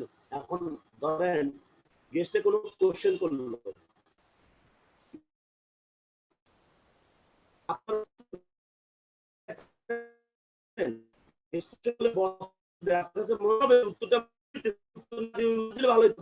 আপনার কাছে যদি এত উত্তর থাকতো তাহলে আপনি আপনার সামনে বসেছেন কেন? এত ভালো উত্তর থাকলে আপনি যেহেতু একটা মেনেই ফেলছেন, তো দয়া করে এখানে আপনার কোনো কথাই বলবেন না। উনি যে দরকার উনি তা বলুক, আপনার যদি এত মনে হয় যে আপনার মনোভূত হওয়ার পর আবার আপনি আবার বসেন। এখন আপনি যদি এর ভিতরে বসে আপনার আপলাইন প্ল্যান দেখাচ্ছে, এর ভিতরে বসে আপনি যদি আবার তার সাথে কথা বলেন, তার প্রশ্নের উত্তর আপনি একভাবে দেন, আপনার বসও দেয়, তখন আপনার গেস্টে কিভাবে জানেন, যে ভাইরা আমাকে কথা বলা যাবে না, এই দুইটা মিলে এক হয়েছে আজকে আমার সাইজ করবে, তার মানে চুপচাপ থাকে আগে এখান থেকে মুক্ত হই। এই জন্য নিয়ম হচ্ছে আপনি চুপ থাকবেন, আপনি চুপ থাকলে সে বুঝবে যে আমার বন্ধু আমার পক্ষে আছে। ওকে, তো এইভাবে আমরা টোটাল প্ল্যানটা দেখানো শেষ হবে। দেখানো শেষ হওয়ার পরে যে কাজটা আমরা করব ফর্ম ফিল আপ করার জন্য আপনার আপলাইন কিন্তু তাকে এত বেশি চাপ দিতে পারে না। সে ক্লোজিং টোজিং দেওয়ার পরে ফর্মটা তো ফিল আপ করতে হবে, কারণ প্ল্যান শো এর সাকসেস কোথায়? প্ল্যান শো এর সফলতা হচ্ছে ফর্ম ফিল আপে। কালকে কিন্তু বলছি প্ল্যান শোর সফলতা কিন্তু জয়েনিং এ না, প্ল্যান শোর সফলতা হচ্ছে ফর্ম ফিল আপে। তাহলে ফর্ম ফিল আপটা কিন্তু আপনার আপনার জোর করতে পারবেন, এবং আপনার আপনার জোর করতে গেলে সে এটাকে ডিনাই করে ফেলবে। আপনি করবেন এই প্ল্যান শো শেষ, আপনার আপলাইন ক্লোজিং দেওয়া শেষ, এবার তার সাথে বলবেন যে বন্ধু আচ্ছা বস, যদি কিছু মনে করেন বস আমি 2 মিনিট একটু কথা বলতে চাচ্ছি আপনার অনুমতি নিয়ে। আপনার বলতে ঠিক আছে বলেন। এবার আপনি বলতে বন্ধু শোনো, বস তোমার এত কথা বুঝেছে, আমিও তোমার বুঝে যেতাম, কিন্তু আমি চিন্তা করলাম তোমার ভাই এত কথা বুঝে লাভ না, তুমি আর আমি বন্ধু মানুষ, দুজনে একসাথে কাজ করি, বুঝছো কেন? তো তোমার কোনো ক্ষতি নাই নাকি? বুঝছো তো? এটা তো ক্লিয়ার হয়েছে, কোনো ধরা করার কোনো কিছু নাই, ক্ষতি হওয়ার কিছু নাই নাকি? বলতে আমি এখানে গত 2 মাস 3 মাস ধরে ট্রেনিং করছি বা 1 মাস ধরে ট্রেনিং করছি, আমি এটা সব দেখে ফেলছি, নিরাপদ দেখে বন্ধু আজকে আমি তোমার আনছি, তোমার তো আমার উপর একটা ভরসা আছে নাকি? যেহেতু আমি এখানে কাজ করব, আমি স্বপ্ন দেখছি, আমি এটাকে নিয়ে আমি কাজ করব, এবং এখানে আমি আমার স্বপ্ন তৈরি করব। সো আমি এখানে সফল হতে হলে কাউকে না কাউকে সফল বানাইতে হবে। বন্ধু তুমি শুধু আমার সাথে থাকো, আমরা 2 বন্ধু মিলে একসাথে কাজ করে আমরা দুজনে একসাথে সফল হব। তুমি শুধু আমার সাথে থাকো, কাজ কি করতে হবে না করতে সময় বুঝো, তুমি শুধু আমার সাথে থাকো ব্যাস। এখন বস আর কথা বলার দরকার নেই, বস একটা ফর্ম দেন, ওরা আগে ফর্মটা ফিল আপ করে। সে তো বলবে না পরে। আপনার যে দোস্ত তুই আমার সাথে তুই করবি না, তুই আগে এটা কর। বুঝলাম না, তোর তো বললাম তুই শুধু আমার সাথে থাকবি, তোর এত টেনশন কিসের? তুই ফর্ম ফিল আপ কর, পরে দেখা যাবে কি হবে না হবে। ফর্ম সাইন আপ কর, ফর্ম সাইন আপ করে কোনো টাকা না, তুই আগে ফর্মটা ফিল আপ কর। এই চাপটা আপনি দিতে পারেন, এটা কিন্তু কোনোভাবে আপনার আপনার দিতে পারেন, কারণ আপনার জন্য সে একদম পরিচিত। এই ফর্মটা সাইন আপ করানোর সাথে সাথেই বাকি কাজটা আপনার আপলাইনে করে ফেলবে। ফর্ম সাইন আপ করে দেখবেন আপনার আপলাইনে এবার কি বলবে জানেন? আচ্ছা ভাইয়া আপনি কোন কোন প্রোডাক্ট নিয়ে শুরু করবেন? এই যারা আপনার তারাও কিন্তু কথা শুনতেছেন, আমি তাদেরকে বলে দিচ্ছি, আপনারা ডাউনলাইন যখন এই কাজটা করে তার ফর্মটা ফিল আপ করবে, বাকি কাজটা আপনার। আচ্ছা ভাইয়া আপনি কোন কোন প্রোডাক্ট নিয়ে শুরু করবেন? এবার আপনি প্রোডাক্টের লিফলেটটা নিয়ে আসবেন। সে বলবে আমার তোমার ডায়াবেটিস, তাহলে জিমনেমা চা, তাকে কিন্তু দেখেন কিনেছেন কিভাবে, আপনি খেয়াল করে দেখেন। তখন সে বলবে এই প্রোডাক্টগুলো আমার লাগবে, ওকে তাহলে এই প্রোডাক্টের দাম আছে এত টাকা, ওকে টাকা পয়সা সব ঠিক হলো। এবার তাকে বলবেন যে ভাইয়া আপনি এখন টাকাটা কিভাবে দিবেন, ক্যাশে দিবেন না চেকে দিবেন? যদি বলে যে আপনি জায়গা মতো চলে আসছেন, হয় চেকে দিবেন নাহলে ক্যাশে দিবে, ওকে তো চেক দিলে চাইলে আপনি এখনো দিয়ে দিতে পারেন, চেক সমস্যা আমরা ক্যাশে উইথড্র করে নেব। যদি বলে না ক্যাশে দিবে, ওকে ঠিক আছে, তাহলে ভাই আমরা আপনার জয়েন্টটা কনফার্ম করতেছি কবে, প্রোডাক্টটা কবে আপনার জন্য অর্ডার করবো, অমুক তারিখে। ঠিক আছে ভাই, তাহলে অমুক তারিখে অর্ডার হলো, ওকে ঠিক আছে ভাই, তাহলে থ্যাংক ইউ ভেরি মাচ, সময় দেওয়ার জন্য ধন্যবাদ জানাচ্ছি। এবং এখানে একটা জিনিস আপনারা মেনটেন করবেন, যারা গেস্ট যিনি নিয়ে আসছেন, মানে যিনি ডিস্ট্রিবিউটর গেস্ট নিয়ে আসছেন, আপনি কোনোভাবেই গেস্টের সাথে অফিস থেকে যাবেন না। আমরা একটা ভুল করে ফেলি যে এই গেস্টের সাথে আমরা অফিস থেকে বের হয়ে যাই, তার সাথে একসাথে বাসায় যাই, তার সাথে একসাথে বাসায় যে রাস্তায় তার সাথে কথা হয়, কথা হইতে হইতে পজিটিভ কথা বলতে বলতে নেগেটিভ কথা বলতে বলতে একসময় তার সিদ্ধান্ত থেকে সরে আসে। বস অনেকেই ইউটিউবের লিঙ্কটা চাচ্ছে, শাহ আলম নামে একজন, হ্যাঁ অনেকে যাই অনেকে চাচ্ছে, বস একটু দিয়ে আপনি এটা, ওকে অনেকে মনে হয় ঢুকতে পারতেছে না, এই জন্য হয়তো চাচ্ছে। যাই হোক, আমি যেটা বললাম যে আমরা অবশ্যই গেস্টের সাথে আমরা বাসায় ফিরবো না, তাকে পাঠিয়ে দিব, বলবো যে আমার একটা কাজ আছে তুমি যাও। আপনি তার সাথে চলে গেলে সে বুঝবে আপনার মনে আর কোনো কাজ নেই, এটাই আপনার কাজ অফিসে, তাকে নিয়ে আসে আপনার কাজ। কিন্তু আপনি থেকে গেলে সে বুঝবে না আপনার আরো কাজ আছে। ওকে, আমরা সবাই ইনশাল্লাহ এই ইনভাইটের ক্ষেত্রে এবং প্ল্যান শো ক্ষেত্রে আমরা এই কথাগুলো আমরা মাথায় রাখবো। ওকে, এবং এই কাজগুলো আসলে আপনাকে দক্ষ হইতে মূলত প্র্যাকটিস করার মাধ্যমে।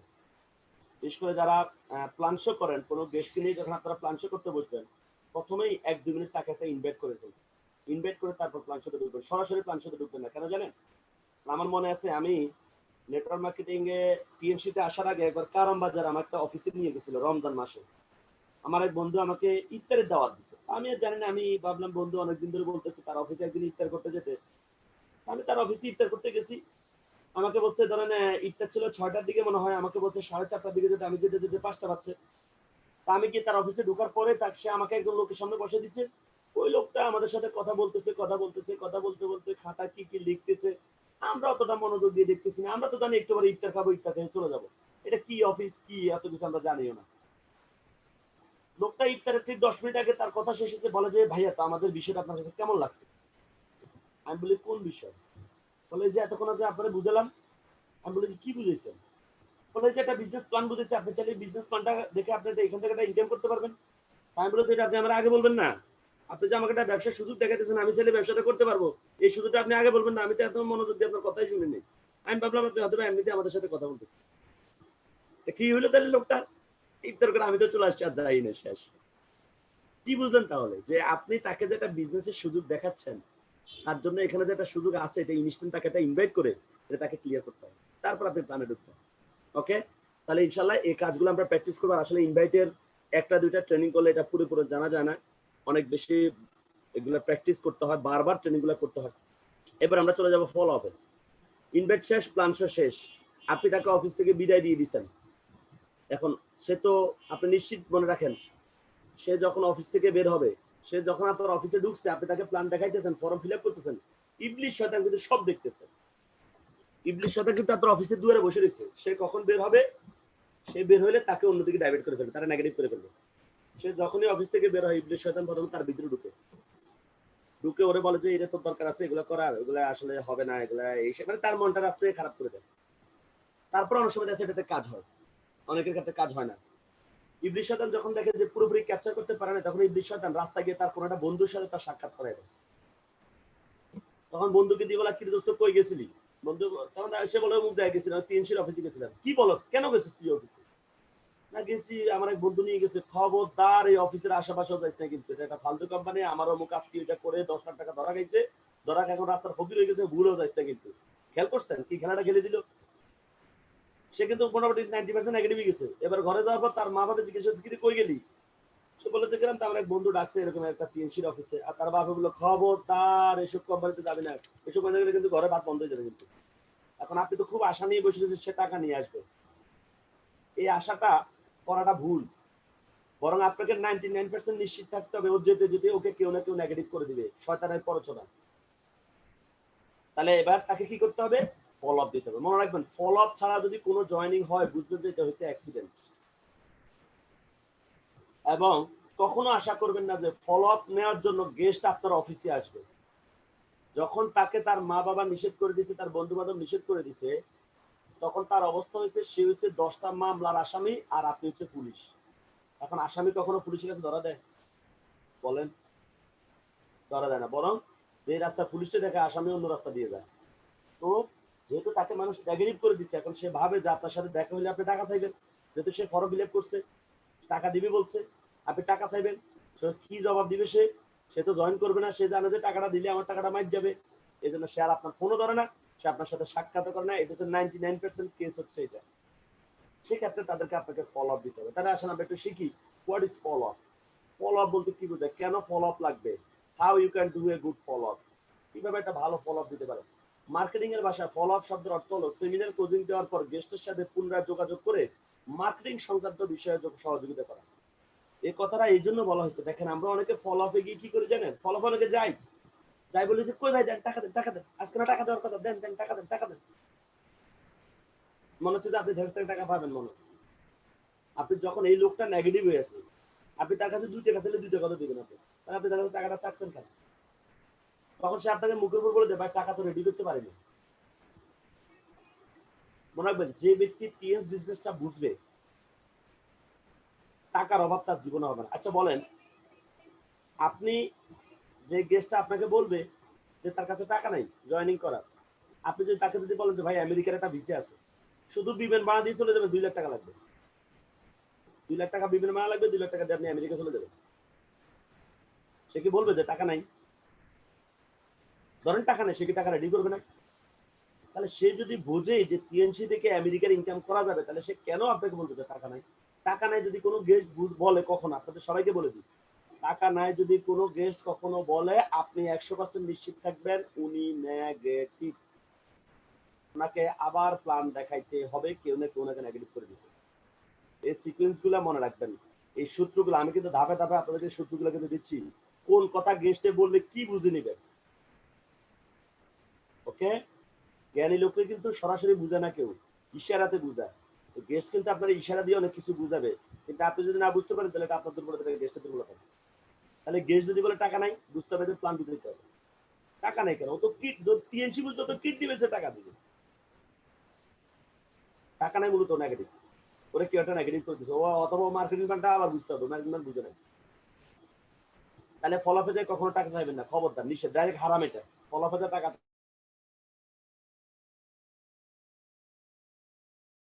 মানে তাকে মার্কেটিং বিষয়ে আবার কথা বলতে হবে, তাকে আবার কোম্পানির প্রোডাক্ট মার্কেটিং প্ল্যান আবার দেখাতে হবে। কেমনে দেখাবেন একটু পরে কথা বলতেছি। ইম্পর্টেন্স অফ ফলো আপ, কেন আপনি ফলো আপ দিতে হবে। 70% distributor fail in invite and follow up, guest take decision seminar 10%। খেয়াল করছেন, আপনি যখন তাকে মার্কেটিং প্ল্যানটা দেখান সে মাত্র 10% সিদ্ধান্ত নেয়, ক্লোজিং এ 20%, ফলো আপে 70% বুঝে। তার মানে একটা ব্যক্তি কখনো মানে 30% এর উপর কিন্তু সিদ্ধান্ত নিতে পারে না, 70% কিন্তু ফলো আপ এসে বুঝে। তো এই জন্য তাকে অবশ্যই আপনাকে ফলো আপ দিতে হবে। আমাদের সবাইকে বিজনেস করার জন্য দুই ধরনের ফলো আপ শিখতে হবে, একটা হচ্ছে গেস্ট ফলো আপ, একটা হচ্ছে ডিস্ট্রিবিউটর ফলো আপ। তো ডিস্ট্রিবিউটর ফলো আপের জন্য আমি আলাদা ট্রেনিং করাই, আজকে অনলি আমরা শুধু গেস্ট ফলো আপটা শিখি। ডিস্ট্রিবিউটর ফলো আপের জন্য আলাদা অনেক বড় ট্রেনিং আছে, 3-4 ঘন্টা ট্রেনিং আছে, 5 ঘন্টা ট্রেনিং আছে ডিস্ট্রিবিউটর ফলো আপের উপর। এখন আমরা শুধু অনলি গেস্ট ফলো আপটা আজকে আমরা সবাই শিখবো। হোয়েন নিড ফলো আপ, কখন ফলো আপ লাগবে। Must be follow up within 24 to 72 hours, otherwise guest forget concept. আপনি আজকে তাকে প্ল্যান দেখেছেন, পরের দিন 24 ঘন্টার মধ্যে সে 70% প্ল্যানটা ভুলে যায়, তার মাথায় কোনো প্ল্যানে থাকে না, সে তার মাথায় একটাই থাকে, কোম্পানিটার নাম টিএনসি, আপনারা কিছু টাকা দিতে হইব আর কিছু লোকজন অ্যারেঞ্জ করতে হবে, এই তিনটা লাইন ছাড়া তার মাথায় কিছু টাকা নেই।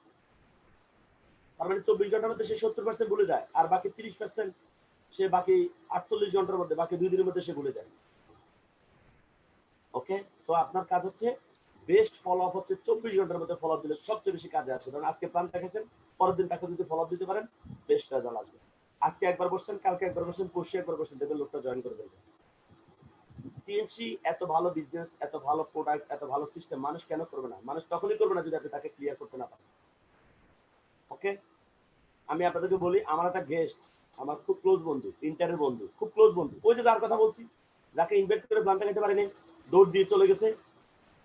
হ্যাঁ, পরে এক সময় তো জেনে ফেলছে যে আমি তাকে নেটওয়ার্ক কোম্পানির সাথে কাজ করি, এখন সে নেটওয়ার্ক সম্পর্কে সে পুরোই নেগেটিভ, বুঝতে পারছেন। বাট আপনি খেয়াল করে দেখেন, ওকে কিন্তু ঠিকই আমি লাস্ট 2বার তারা আমি ফলো আপ দিচ্ছি। ফলো আপ দেওয়ার পর আমি তাকে বলা লাগে না, সে নিজেই মানে বলতেছে সে চাকরি ছেড়ে দিয়ে সে ফুল টাইম এটাতে চলে আসবে।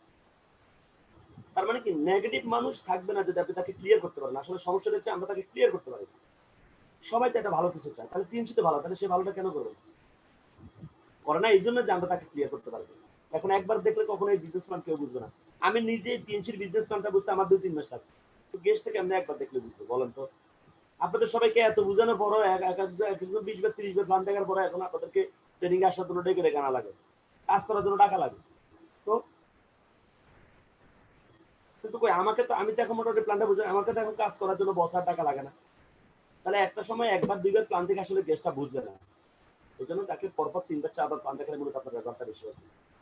এটা আপনারা বুঝছেন। ফলো আপের জন্য এক্সটার্নাল ইন্টারনাল প্রিপারেশন কি, এটা আপনারা জেনেই ফেলছেন। আপনার বাইরের প্রস্তুতি কি কি লাগবে এগুলো সব আপনারা জানেন। ভালো ড্রেস কোড করতে হবে, এই যে ড্রেস সব বলে দিচ্ছি, কিন্তু সুন্দর চুল রাখতে হবে, মাউথ স্প্রে ব্যবহার করতে হবে। মাউথ স্প্রে আমি মনে করি অন্যান্য নেটওয়ার্ক কোম্পানির ডিস্ট্রিবিউটরকে মাউথ স্প্রে ব্যবহার করা লাগে, আমাদের লাগে না, কারণ আমাদের ওরিকেয়ার টুথপেস্ট আছে। ওরিকেয়ার ব্যবহার করলে কারো মুখে গন্ধ হয় না, কারো যদি মুখে গন্ধ হয় বুঝতে হবে সে ওরিকেয়ার ব্যবহার করে না, অথবা তার গ্যাস্ট্রিকের সমস্যা আছে, সে ঘন ঘন টুথপেস্ট খাবে আর দাঁত ব্রাশ করলে তার এটা ঠিক হয়ে যাবে। ওকে, তাহলে একই সাথে 4-5 জনকে ফলো আপ দেওয়া যাবে না। ওকে, ফলো আপ 24 থেকে 72 ঘন্টার মধ্যে করতে হবে। আর ইন্টারনাল প্রিপারেশন হচ্ছে নিজের প্রতি আস্থা রাখা, কোম্পানির প্রোডাক্ট সম্পর্কে ভালো ধারণা রাখা, তার সাথে বিশ্বস্ত সম্পর্ক তৈরি করে নিতে হবে। কখনো ফলো আপে গিয়ে বুঝছেন তার সাথে কোনো চ্যালেঞ্জে যাবেন না, তার সাথে তাকে আপনার প্রতিদ্বন্দ্বী মনে করবেন না। ফলো আপের শব্দ অর্থ হচ্ছে তার সাথে কি আপনি খুব গুড রিলেশন তৈরি করবেন, তার সাথে খুব ক্লোজ হয়ে যাবেন আপনি ফলো আপে। ওকে, আমরা সাথে আছে তার সাথে প্রতিযোগিতায় নেমে যায়, তার সাথে চ্যালেঞ্জে চলে যায়, বাজি, ইয়েস, চ্যালেঞ্জ। আপনি যেটা বুঝতেছেন আপনার ভুল, তার সাথে মানে প্রতিযোগিতা করতেছি, বাজি ধরতেছি, এগুলো রং কনসেপ্ট, এগুলো ঠিক না। এটা করলে সে আপনার প্রতিদ্বন্দ্বী হয়ে যায়, তো প্রতিদ্বন্দ্বী মানুষের সাথে কি মানুষ থাকবে না। ওকে, এরপরে হচ্ছে যুক্তি দিয়ে কথা বলতে হবে, কথা বলার মধ্যে জোর দেওয়া, মানে আপনি শক্ত করে কথা বলবেন, সে নেগেটিভ বলুক পজিটিভ বলুক, আপনি খুব ইজিলি তার কথাগুলো শক্তভাবে আপনি উত্তর দেবেন। আবার শক্তভাবে বললে যে ঘুষি মেরে দিবেন তাকে, মানে আপনার কথাগুলো যেন যুক্তি দিয়ে তাকে বুঝতে হবে যে হেয়াস, মানে আপনার কথাগুলো সঠিক। এগুলো কিভাবে করবেন একটু আমি ক্লোজিং ট্রেনিং আপনাদেরকে বুঝে দিচ্ছি। তারপরে যে ব্যবসায়িক প্রথম নিয়ম জানতে হবে আপনাকে, আর হচ্ছে ফলো আপের পরিকল্পনা তৈরি করতে হবে। মানে আপনি যখন কাউকে ফলো আপ দিতে যাবেন, আপনি আগে পরিকল্পনা করতে হবে কেমনে কেমনে যায় তার সাথে বসবেন, আগে থেকে প্ল্যান করে দিতে হবে। এটা তো বুঝছেনই যে 24 থেকে 80 জনের ফলাফল যেতে হবে। ফলাফল কি যেটা করবেন, লিসেন উইথ অ্যাটেনশন, মনোযোগ সহকারে তার কথা শুনবেন। হ্যাঁ, ডিরেক্ট মার্কেটিং সম্পর্কে নেটওয়ার্ক মার্কেটিং এবং ট্রেডিশনাল মার্কেটিং এর পার্থক্যটা তাকে দেখাবেন। অ্যাভয়েড আর্গুমেন্ট, কোনো তর্কে জড়াবেন না। শো পসিবল ট্রিক, মানে কাজটা যে সহজ এবং এই কাজটা যে সম্ভব এটা তাকে উপস্থাপন করে বুঝতে হবে। টেল সাম সাকসেস স্টোরি, কিছু সফল মানুষ এর কথা শুনতে হবে যারা এখানে কাজ করে সফলতা তৈরি করছে। আপনাদের আপলাইনের মধ্যে অসংখ্য সফল মানুষ আছে যারা এখানে কাজ করে একটা ভালো পজিশন তৈরি করছে, তাদের সম্পর্কে ক্লিয়ার করতে হবে। ফলো আপে গিয়ে never tell in follow up, follow আপে গিয়ে যা যা বলা যাবে না, কোনো লোভ দেখানো যাবে না যে আপনি শুধু জয়েনিং এর টাকা দেন এরপর আপনার ঘরে ঘরে নিয়ে আমি টাকা দিয়ে যাবো, আপনাকে আর অফিসে যাওয়া লাগবে না, সব কাজ অটো হয়ে যাবে, এই ধরনের লোভ দেখানো যাবে না। মিথ্যা কথা বলা যাবে না, কোনো জটিল আলোচনা করা যাবে না। তাকে বলা যাবে না যে ভাই জানেন এই বিজনেসটা এত কঠিন, হ্যাঁ এই বিজনেসটা, আপনি যদি গেস্টকে যদি বলেন যে শুনেন আমাদের একটা আপলাইন এই বিজনেসে গোল এনেছে, জানেন কিভাবে সে 2 বছর খাইতে পারে নাই, জানেন সে কত কষ্ট করছে, তার পকেটে 1 টাকাও ছিল না, জানেন, তো সে বলবে ঠিক তার মানে এগুলো আমার জন্য ওয়েট করতেছে। তো অবশ্যই তাকে এই ধরনের কঠিন কোনো কিছু বলা যাবে না, মনে রাখতে হবে। মানুষ যখন একটা মেয়েরে যখন বিয়ের প্রস্তাব দিতে যায় তখন সে কিন্তু বলে না যে ভাই ঘরে আসছে কিন্তু তোর কিন্তু সুন্দর কালিতে রান্না করতে হবে, যাও দিতে হবে, জামা কাপড় দিতে হবে, সব করতে হবে, কিন্তু কথা বলে না। কিন্তু জিজ্ঞাসা করে না আমি সে কি কাজটা পারে কিনা, কাজটা পারে কিনা এতটুকু পর্যন্ত কিন্তু রাখে, বলে না যে যাও দিতে হবে কিন্তু সবাই জামা কাপড় দিতে হবে কিন্তু সব কাজ কিন্তু এর করতে হবে, কিন্তু এগুলো কিন্তু যুক্তি দিয়ে কিন্তু আনে না। আপনি যদি তাকে যদি প্রথমে যদি বলে ফেলেন যে আমাদের এখানে যারা সফল হয়েছে তারা ভাত খায় ঠিক করে, তারা অনেক কষ্ট করছে, অনেক অনেক সমস্যা ফেস করছে, এই হয়েছে সে হয়েছে, এটা অনেক কঠিন, কেউ কি মানে ধরে শুনে কেউ কি বিক্রি করতে চায় না, তাহলে এখানে তো কঠিন কিছু না, তাহলে আপনি তাকে এত জটিল অবস্থা তুলে ধরার দরকার নাই। তো কোনো ভুল তথ্য দেওয়া যাবে না। এক লোক বলতেছে আমাদের টিএসসি ইন্ডাস্ট্রিয়াল পার্ক মানে নাকি বাংলাদেশের সব বড়, এই ধরনের কথা বলবেন না, কারণ এগুলো এখন ইনফরমেশন পাওয়া যায় খুব সহজে। এরপরে কোনো তর্কে জড়াবেন না। কিভাবে তর্ক থেকে অ্যাভয়েড করবেন আমি বলে দিচ্ছি। ধরেন সে আপনাকে একটা কথা বলছে, আপনি বলবেন ইয়েস রাইট, আপনি তো সঠিক কথা বলছেন, আমি একটু ক্লোজিং ট্রেনিং এ গিয়ে আপনাদেরকে শিখিয়ে দেবো কিন্তু যে কিভাবে সে আপনাদেরকে কোনো নেগেটিভ পজিটিভ কোশ্চেন করলে কিভাবে উত্তর দিবেন। বাট সবসময় রাখবেন কেউ যখন আপনাকে কোনো কথা বলবে, আপনার গেস্ট সে যখন আপনার সাথে কোনো কথা বলবে প্রথমে তার কথাকে ডাইরেক্ট কিক মারবেন না, ডিনাই করবেন না, তার সাথে একমত হয়ে পরে আপনি আপনার যুক্তিটা উপস্থাপন করবেন। এটা কিভাবে করবেন একটু পরে, মানে আমাদের একটা পার্ট মনে বাকি আছে ক্লোজিং ট্রেনিং, সেখানে গিয়ে বলবো। এর এক্সাম্পল দিয়ে কথা বলতে হবে আমাদের সবাইকে।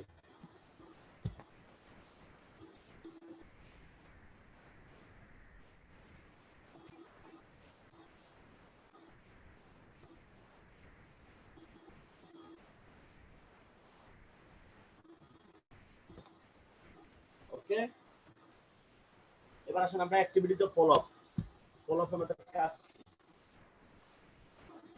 প্ল্যান শো অ্যাগেইন, খেয়াল করছেন? অবশ্যই অবশ্যই ফলো আপে গিয়ে তাকে আবার মার্কেটিং প্ল্যান দেখাতে হবে, বিউটি অফ নেটওয়ার্ক মার্কেটিং বুঝাতে হবে, তাকে বুঝাতে হবে ব্যবসাটা খুব সহজ। ওই যে কথা আগে থেকে কোনো তর্কে জড়ানো যাবে না, উত্তেজিত হয়ে যাবে না, রেগে যাওয়া যাবে না গেস্ট এসে। ট্রাই টু আন্ডারস্ট্যান্ড বিজনেস বললামই, হারানোর কোনো কিছু নেই, এটা তাকে ক্লিয়ার করতে হবে। আপনি যে ক টাকা দেবেন ওই ক টাকার পণ্য বেচবেন, এখানে হারানোর কিছু নেই, নো চান্স অফ ফেল, ব্যর্থ হওয়ার কোনো সুযোগ নেই। কিভাবে সে টাকাটা অ্যারেঞ্জ করবে? ওকে আসেন আমি এটা আপনাদেরকে সংক্ষেপে বলে দিচ্ছি কিভাবে করবেন। ধরেন গেস্টটাকে আপনি প্ল্যান থেকে পাঠাইছেন, এখন আপনি তো তাকে ফলো আপ দেওয়ার জন্য তার বাসায় যেতে হবে, কারণ সেটা আপনার অফিসে আর আসবে না, বাসায় আপনার সাথে সাক্ষাৎ করবে। এখন সেটা আপনাকে আপনার বাসায় শিডিউলও দিবে না, কারণ সে তো ভয়ে আছে আপনি গেলে যদি টাকা চান, তাহলে আপনি তাকে এমন ভাবে তার বাসায় যেতে হবে সেখানে বুঝতে না পারে আপনি তার বাসায় গেছেন। কিভাবে? কারণ আপনি তাকে ফোন দিবেন, যদি জানেন যে সেই সময় বাড়িতে থাকে তাহলে ওই সময় হঠাৎ করে আপনি তার বাসায় চলে যাবেন। আর যদি দেখেন যে না সে কনফার্ম হয়ে যেতে হবে, তাহলে আপনি তাকে ফোন দিবেন, আসসালামু আলাইকুম ভাই কি অবস্থা, কেমন আছেন, কই আপনি, যদি ফোন ধরে, যদি সে ফোন ধরে ভাই আপনি কই আছেন, আপনি প্রথমে আপনার অবস্থানটা বললেন না, প্রথমে তার অবস্থাটা শুনবেন। সে বলবে আমি তো বাজারে আছি, বলবেন যে বাজারে কোন পাশে আছেন, আমি তো বাজারে এই পাশে, আপনি কোন পাশে, আমি ওই পাশে। আচ্ছা তাহলে ওই দোকানের সামনে থাকেন আমি আসতেছি, যেখানে থাকেন আপনি কথা বলবেন। যদি বলে যে সে বাড়িতে, আপনি কি বলবেন আমি তো আপনার পাশের এলাকাতে আছি, আপনার পাশের বাড়িতেই, তাহলে বাড়িতে থাকেন, আমি একটু আসতেছি, এদিকে একটা কাজ আসছি, তো আপনার আপনার সাথে দেখা করে যাই, তাহলে বাসা থাকেন, আমি আসতেছি, বাসায় চলে যাবেন। যদি ফোন না ধরে তাহলে হচ্ছে বাসায় গিয়ে হানা দিবেন, বাসায় গিয়ে তার বাসায় চলে যাবেন ডাইরেক্ট সরাসরি, বাসায় গেলে তাকে পেয়ে যাবেন, এমন সময় যাবে যে সময়টাতে সে বাসায় থাকবে। ওকে, যাই হোক, এখন তার বাসায় যাওয়ার পর আপনাকে মাথা রাখতে হবে, যখন আপনি তার বাসায় গেছেন শুধু তাকে আপনি পজিটিভ করে আসতে হবে না, তার ফ্যামিলিকে পজিটিভ করতে হবে। যদি তার ওয়াইফ থাকে আপনি তাকে ওয়াইফকে পজিটিভ করতে হবে। কিভাবে ওয়াইফকে পজিটিভ করবেন? তবে সে যখন বাসায়, আপনি যখন তার বাসায় গেছেন, তার ওয়াইফ কিন্তু এসে কান পেতে কিন্তু দাঁড়িয়ে থাকবে দেয়ালের পাশে, আপনি কি বলতেছে, কে আসছে। পৃথিবীর সকল মেয়েরাই তার হাজবেন্ডের কাছে কেউ আসছে সে কিন্তু এগুলো শুনে, কি বলতেছে, কে আসছে। এখন আপনি যদি আপনার ওয়াইফ, তার ওয়াইফকে ডেকে তো আপনি ব্যবসা প্ল্যান বুঝাতে পারবেন না, আর ব্যবসা প্ল্যান আপনি বুঝাতে চাইলেও সে বলবে না না ওর বুঝার দরকার নেই, ওইগুলো বুঝলে কি করবে। তাহলে আপনার তার ওয়াইফকে অন্যভাবে পজিটিভ করবেন, সেটা হচ্ছে কি, তার ওয়াইফের একটা প্রশংসা করবেন ইনডাইরেক্টলি।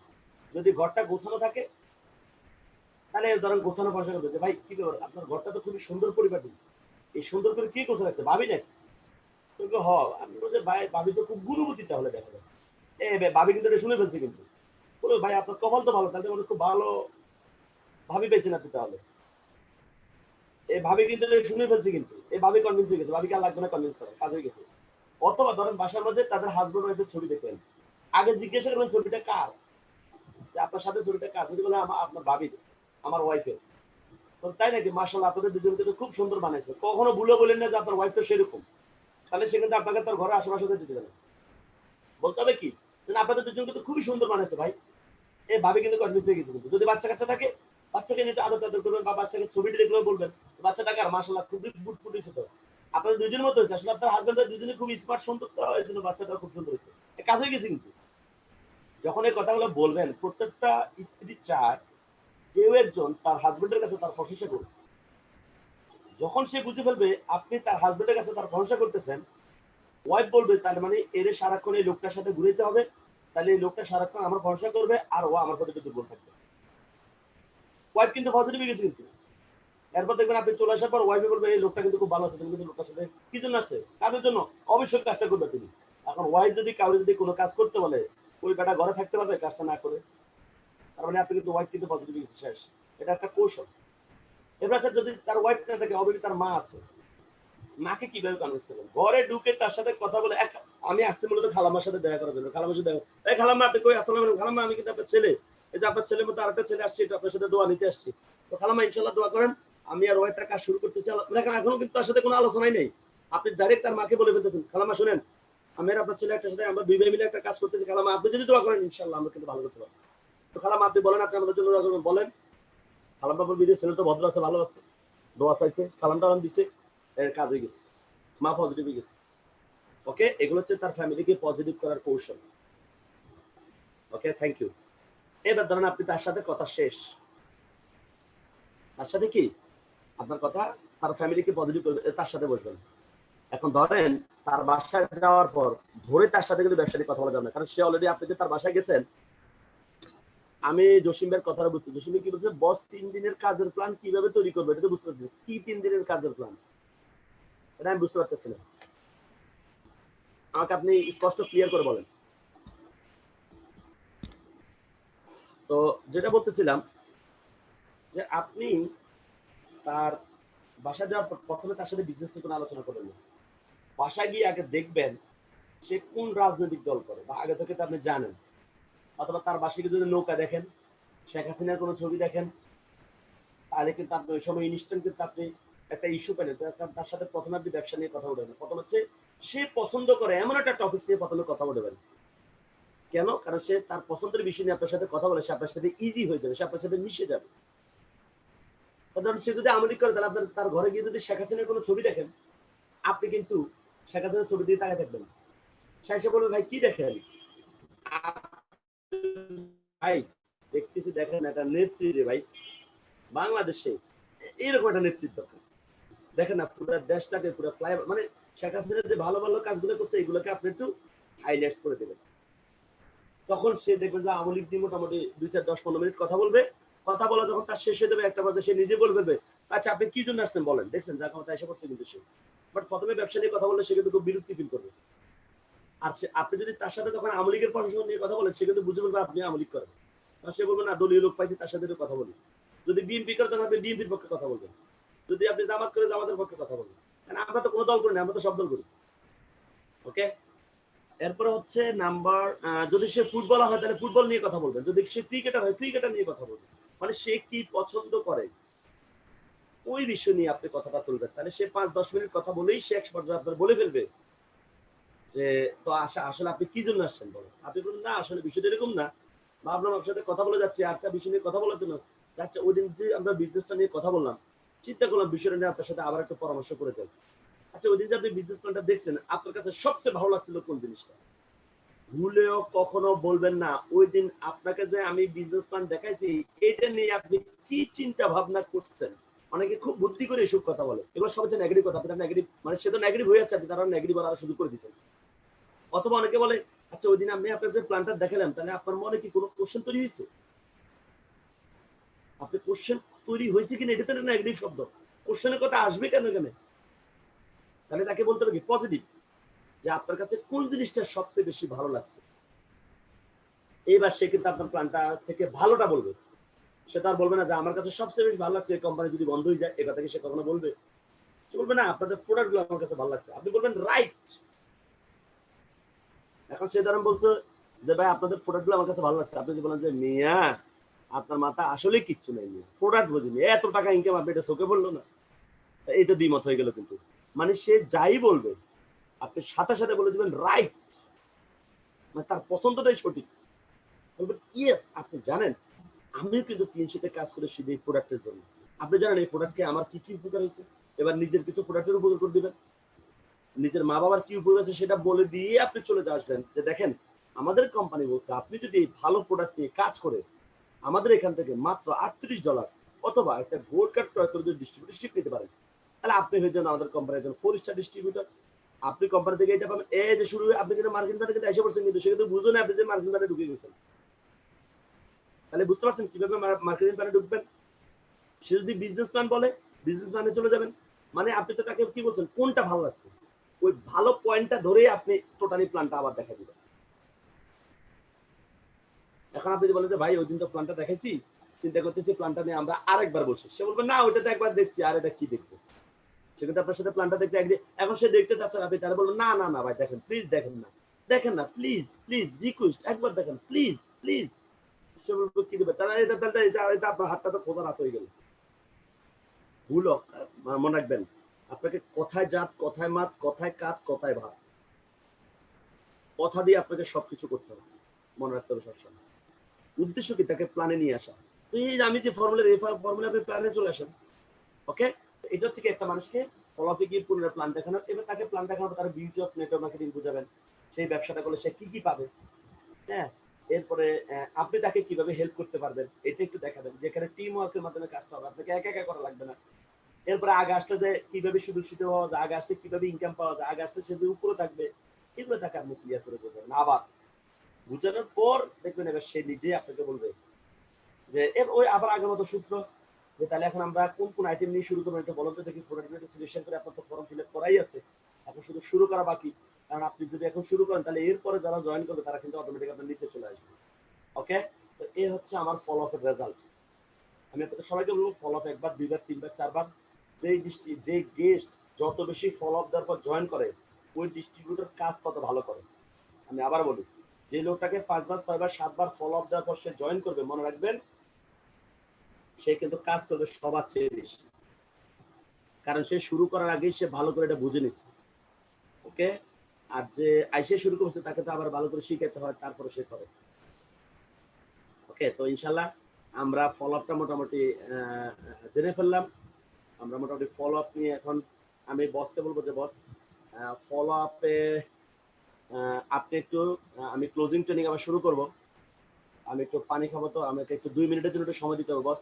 এই ফাঁকে আপনি যদি কাইন্ডলি বস দুই একজনকে একটু ফলো আপ থেকে সে কি শিখলো ফলো আপটা এই জাস্ট 2 মিনিটের জন্য দুই একজনকে বস যদি বলতে দিতেন। বস কি শুনতে পাচ্ছেন আমাকে?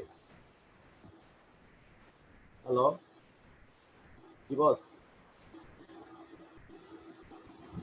সমন বসকে আমাকে শুনতে পাচ্ছেন? হ্যালো।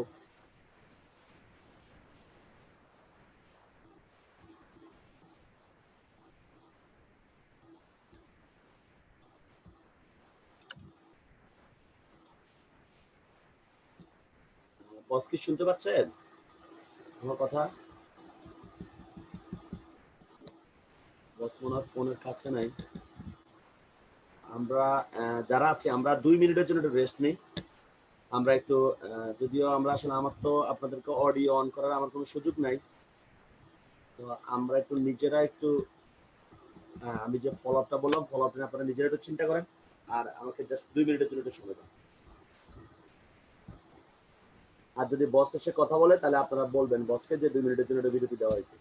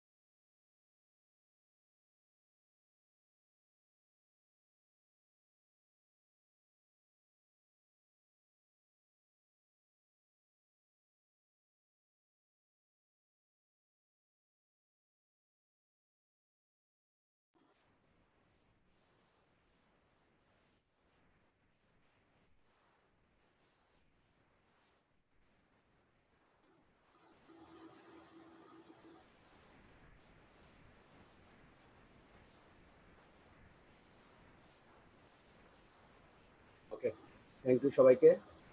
আসসালামু আলাইকুম।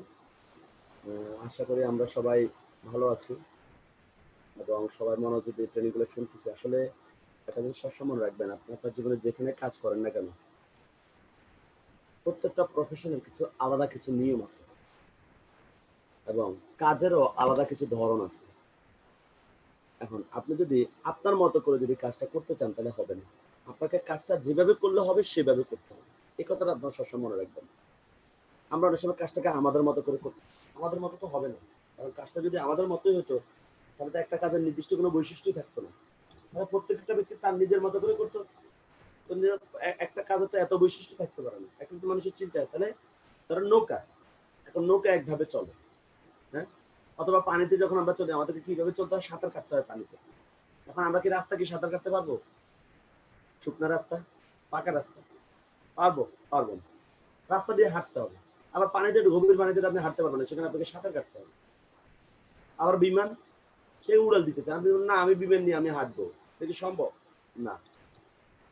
তার মানে কি প্রত্যেকটা সেক্টরে প্রত্যেকটা কাজের কিছু আলাদা নিয়ম, আলাদা কিছু ধরন আছে এবং এই বিষয়গুলো, এই সিকোয়েন্স গুলা বা ওই কাজের বৈশিষ্ট্য বা ওই ধরনগুলো যদি আমরা জানতে পারি, আমরা শিখতে পারি, আমরা বুঝতে পারি, হ্যাঁ, তাহলে যেটা হয় আমাদের জন্য কাজটা সহজ হয়ে যায়, আমাদের রেজাল্ট অনেক বেশি আসে। এবং নেটওয়ার্ক মার্কেটিং এ মনে রাখবেন বাংলাদেশে প্রায় 1 কোটি নেটওয়ার্কার আছে। যারা শুধু নেটওয়ার্ক মার্কেটিং করে তারা লাইফে তারা অন্য কিছু করবে না, হয় এই কোম্পানি নলে ওই কোম্পানি, তারা কোনো না কোনো কোম্পানিতে ঘোরাঘুরি করে। বাট আনফর্চুনেটলি এই 1 লক্ষ নেটওয়ার্কারের মধ্যে 10,000ও রিয়েল নেটওয়ার্কার নেই। মানে একজন ব্যক্তি যদি নেটওয়ার্ক মার্কেটিং বোঝে, রিয়েল যদি সে নেটওয়ার্ক মার্কেটিং বুঝে, তাহলে সে কখনো একাধিক কোম্পানিতে সে যাবে না। তার কষ্ট হোক যাই হোক না কেন, সে একই প্রতিষ্ঠানে সে একটা নেটওয়ার্ক সে বিল্ড আপ করবে। আর এই নেটওয়ার্ক বিল্ড আপ করাটা তখনই একজন মানুষের পক্ষে সহজ হয় যখন এই সিকুয়েন্সগুলো সে বোঝে। কেন কারো টিম দুর্বল থাকে, কেন কারো টিম স্ট্রং হয়, এর অন্যতম কারণ হচ্ছে কারো কারো কাছে এই কৌশলগুলো আছে, এই সিস্টেমগুলো তার জানা আছে যেন তার টিমটা স্ট্রং হয়। আর কারো কারো কাছে এই সিস্টেমগুলো জানা নাই বা এই কৌশলগুলো জানা নাই, যেন তার টিমটা দুর্বল হয়। এর জন্য আমাদের সবাইকে বেশি বেশি ট্রেনিং করতে হবে, এবং আপনাদের সবাইকে বেশি বেশি ট্রেনিং এই জন্য করতে হবে কারণ আপনাদের সবাইকে ট্রেনিং করাইতে হবে। নেটওয়ার্ক মার্কেটিং এ আপনি যদি কখনো ট্রেনার না হন, আপনার টিম সারা জীবন দুর্বল থাকবে। এখন আমরা অনেকে মনে করি আমি তো ইনস্টিটিউটে কথা বলতে পারি, ভাই কথা ট্রেনিং এক না, কথা ট্রেনিং। কথা থেকে মানুষ, কথাও একটা কথা, ট্রেনিংটা একটা কথা, কিন্তু ট্রেনিং থেকে মানুষ শিখে, আর কথাটা হচ্ছে মানুষ শুধু শুনে, এটা মানুষের লাইফের জন্য তেমন কোনো কাজে আসে না। তাহলে আমাদের সবাইকে অবশ্যই ট্রেনার হতে হবে। আচ্ছা দেখেন, আমি আমার টিমের জন্য বলি যে আজকে আমি ধরেন ট্রেনিংটা এখন করাতে পারি বলে বা আমি শিখছি বলে না আমি এখন আপনাদের সাথে ট্রেনিংটা করাতে পারতেছি। যদি আমি না পারতাম, আমাদেরকে ট্রেনার হায়ার করা লাগতো। ওকে, তো ট্রেনার হায়ার করলে বলেন তো, আমি আপনাদেরকে যেভাবে আন্তরিকভাবে আমি ট্রেনিংটা করাবো, আমি শেখাবো, আপনার টিমটাকে আপনি যেভাবে আন্তরিকভাবে করাবেন শেখাবেন, আরেকজন ব্যক্তিকে সেভাবে করাবে? কখনোই না। সে আইসা ওই হুজুরের মতো আইসা সুরাগারা ফুদি চলে যাবে, হইলেও তার সমস্যা না হইলেও সমস্যা না। সে এসে ফুদি চলে যাবে, সে যেটা পাওয়া সেটা তো সে পাইয়ে গেছে। আপনার ব্যবসা হইলেও তার কিছু আসে না, ব্যবসা না হলেও কিছু আসে না। তো আপনার টিমের জন্য বেস্ট ট্রেনার হবেন আপনি। আপনার বিজনেস ভালো করতে হলে আপনাকে ভালো ট্রেনার হতে হবে। আজকে দেখেন, এই যে আজকের এই লকডাউনে, এই করোনার সময় যদি এখন আপনারা ট্রেনিংগুলো না পেতেন, আপনারা কোথায় যেতেন? আপনাদের টিম কোথায় যেত? অস্তিত্বহীন হয়ে যেত। গত 2-3 বছর টিম সাথে যে কাজ করতেন বা কাজ করছেন, টোটালটাই ভ্যানিশ হয়ে যেত। আপনাকে নতুন করে আবার গেছে, এটা তো সোজা কথা না। এই জন্য আপনাদের সবাইকে এখন, ধরেন আমি করাইতে পারতেছি বলেই না আপনারা করতে পারতেছেন, তাহলে আপনি যদি করাইতে না পারেন তাহলে আপনার টিমটা পাবে কোথা থেকে? সেই জন্য আমাদের যেখানে যারা আমরা অ্যাটেন্ডেন্ট আছি, আমরা সবাই মাস্ট আমাদের সবাইকে ট্রেনার হতে হবে। আর ট্রেনার হওয়ার অন্যতম শর্ত হচ্ছে নিজেকে বেশি বেশি ট্রেনিং করতে হবে। ওই যে কালকে বললাম, আমাদের অনেক লিডারের মধ্যে 7 স্টার 8 স্টার হওয়ার পরে সে বলে যে আমার তো ট্রেনিং করার দরকার নেই। আরে আপনি তো ট্রেনার, তাহলে ট্রেনার তো সারা জীবন ট্রেনিং করবে। হ্যাঁ, তো আপনারা সবাই ভাই কে কি করে না করে, যে যতটুকু কাজ করবে, যে যতটুকু ভুল করবে, সেটার রেজাল্টটা সে পাবে। আপনি যদি সঠিকভাবে কাজ করেন, আপনার কাজের রেজাল্টটা আপনি পাবেন। এই জন্য আমি আপনাদের সবাইকে বলবো যে আমরা সবাই যেন প্রফেশনাল ট্রেনার হতে পারি, সেটার প্র্যাকটিসটা আপনারা সবাই করবেন, এবং আপনাদের মনের মধ্যে এখনই স্বপ্নটা সেট করেন যে আমি একজন বেস্ট ট্রেনার হব, আমি একজন সেরা ট্রেনার হব। এই ধারণা নিজের মধ্যে রাখবেন, তাহলে আপনার ব্যবসাটা অনেক বড় হবে। ওকে, পাশাপাশি নেটওয়ার্ক মার্কেটিং করলে ইনকাম পাওয়া যায়, কিন্তু সম্মানের তো দরকার আছে। ট্রেনাররা অনেক বেশি সম্মান পায়, কারণ তার থেকে মানুষ ব্যবসা শিখছে, তো মানুষ অটোমেটিক্যালি তাকে সম্মান করে। ওকে, ইনশাআল্লাহ আমরা এটা মনে রাখবো, বেশি বেশি ট্রেনিং করবো। এখন আমরা যে পার্টটা করবো সেটা হচ্ছে আমাদের ক্লোজিং ট্রেনিং। আমি গতকাল অলরেডি আপনাদেরকে বলছি যে 8 step for success in this business. 8টা ধাপ লাগবে ব্যবসা সফল হতে হলে, সে যেই হোক না কেন। 1 নাম্বার ধাপ হচ্ছে ট্রেনিং, আপনাদেরকে বেশি বেশি ট্রেনিং করতে হবে। নাম্বার 2 হচ্ছে নেম লিস্ট, একটা নামের তালিকা তৈরি করতে হবে। আমি আশা করি আপনারা সবাই নামের তালিকা করে ফেলছেন অলরেডি। এরপর একটা বাছাই লিস্ট করতে হবে আপনাদের সবাইকে। এরপরে আপনাদের সবাইকে ইনভাইটে নামতে হবে, আমি অলরেডি আপনাদেরকে ইনভাইটও শিখিয়ে দিয়েছি। এরপর আপনাদেরকে প্ল্যান শো করতে হবে, প্ল্যান শো শিখাতে হবে, নিজেকেও শিখতে হবে, আপনার ডাউনলাইনকেও শিখাতে হবে। একজন 5 স্টার সে তার টিমকে প্ল্যান শো শিখাতে হবে, একজন 6 স্টার সে তার টিমকে প্ল্যান শো শিখাতে হবে। কারণ সে কোথা থেকে শিখবে? এটা আল্লাহ প্রদত্ত না যে সে রাত্রেবেলা ঘুমাবে, সকালবেলা তার ব্রেনের মধ্যে প্ল্যান শোটা নাজিল হয়ে যাবে, বিষয়টা তো এরকম না। তাকে কি করতে হবে? প্ল্যান শোটা শিখাতে হবে, এরপরে ক্লোজিং দিতে হবে, এরপরে সাইন আপ, এরপরে ফলো আপ। ফলো আপটা আমরা শিখবো। তাহলে আমাদের এখন বাকি আছে কি? ক্লোজিংটা বাকি আছে। আসলে আমরা একটু ক্লোজিংটা একটু আমরা সবাই করি। What is closing? ক্লোজিং কাকে বলে? আপনি যখন তাকে বিজনেস প্ল্যানটা দেখাচ্ছেন, ভাই আসলে আপনারা দেখতে পাচ্ছেন ভিডিও, তাহলে আমি মাইক্রোফোনটাকে একদম মুখের কাছে নিয়ে আমি কিন্তু কথা বলতেছি। কথা যে কিভাবে বুঝাবো, আচ্ছা সমস্যা না, আমি এটা প্ল্যান করতেছি। আসলে আমার এই হেডফোনটা তো মনে হয় মোবাইলের হেডফোন, এই জন্য মনে হয় এখানে আমি ল্যাপটপের একটা হেডফোন আমি নিয়ে আসবো ইনশাআল্লাহ। আসেন তাহলে মানে আপনারা ভালো কথা বুঝতে পারবেন। তো আসেন তাহলে আমরা একটু দেখি হোয়াট ইজ ক্লোজিং। ক্লোজিং বলতে কি বোঝায়? Closing means clear the confusion of the guest. আপনি যে তাকে মার্কেটিং প্ল্যানটা দেখালেন, আচ্ছা সে জীবনে প্রথম আজকে কোম্পানির কথাটা শুনছে, জীবনে প্রথম সে এরকম একটা জিনিস দেখছে, তাহলে তার মনের মধ্যে তো কিছু সংশয় থাকতে পারে। তাহলে ক্লোজিং এর সাথে তার মনের মধ্যে সংশয়গুলো আপনি দূর করে দিবেন।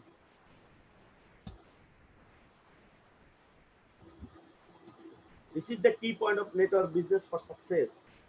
এটা হচ্ছে নেটওয়ার্ক মার্কেটিং এর বিজনেসের কি পয়েন্ট। কারণ ক্লোজিং এর উপর ডিপেন্ড করে কত বেশি আপনার কাজ রেজাল্ট বেশি আসবে। আপনাকে ভালো একজন ক্লোজার হতে হবে, কারণ গেস্টকেও ক্লোজিং দিতে হবে, ডিস্ট্রিবিউটরকেও ক্লোজিং দিতে হবে।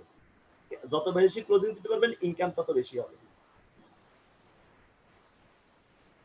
এখন ক্লোজিং কেন শিখতে হবে? কারণ আমরা সবাই আমাদের উদ্দেশ্যটা কি? কালকে কিন্তু বলছি আমাদের কাজ কিন্তু পণ্য বেচা না।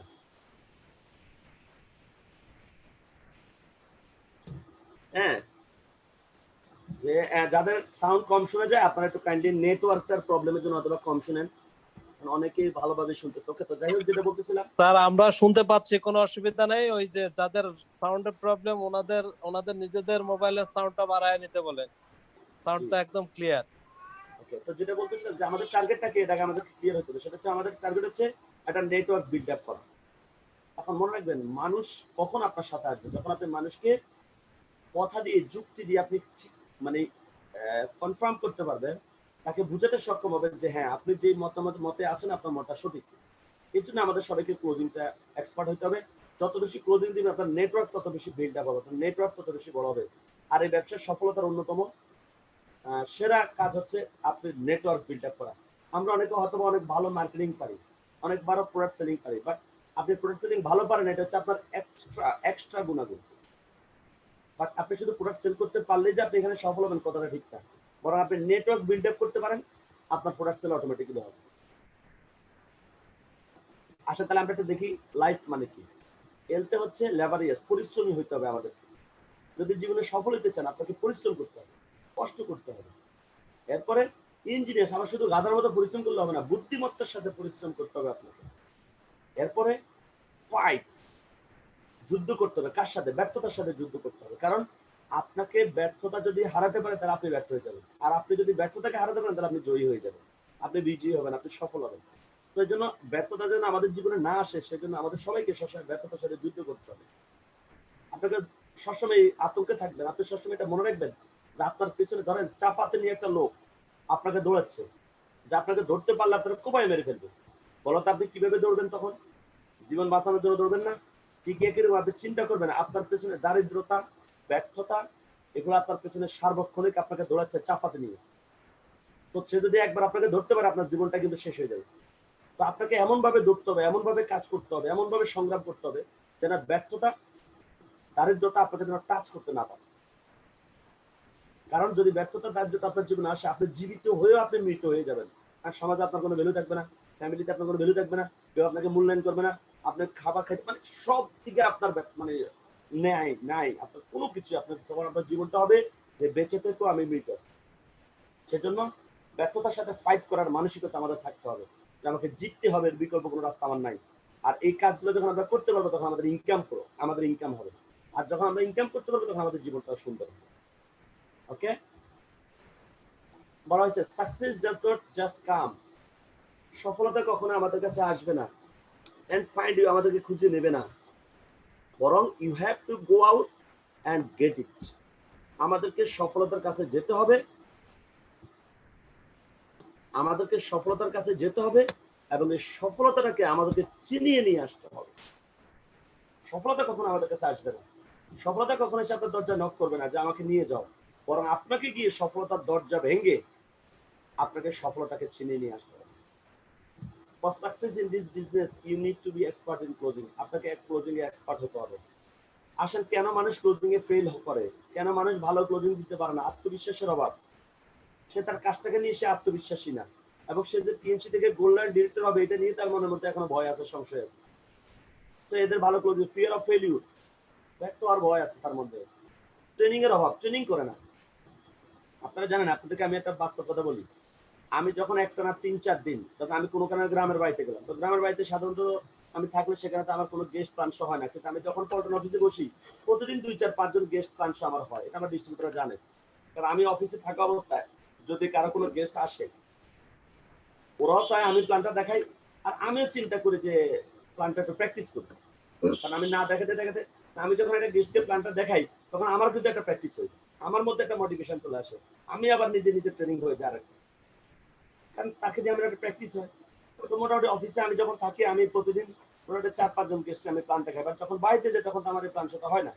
আমি দেখলাম আমি যদি 2-3 দিন একটা না বাড়িতে থাকি, বাড়িতে থেকে ঢাকা ফেরার পর প্রথম আমার সামনে যে একটা গেস্ট বসে, ওর সাথে প্ল্যান দেখাতে গিয়ে আমি কিন্তু এলোমেলো হয়ে যাই, আমি কিন্তু প্রথমত আমি কিন্তু আটকে যাই।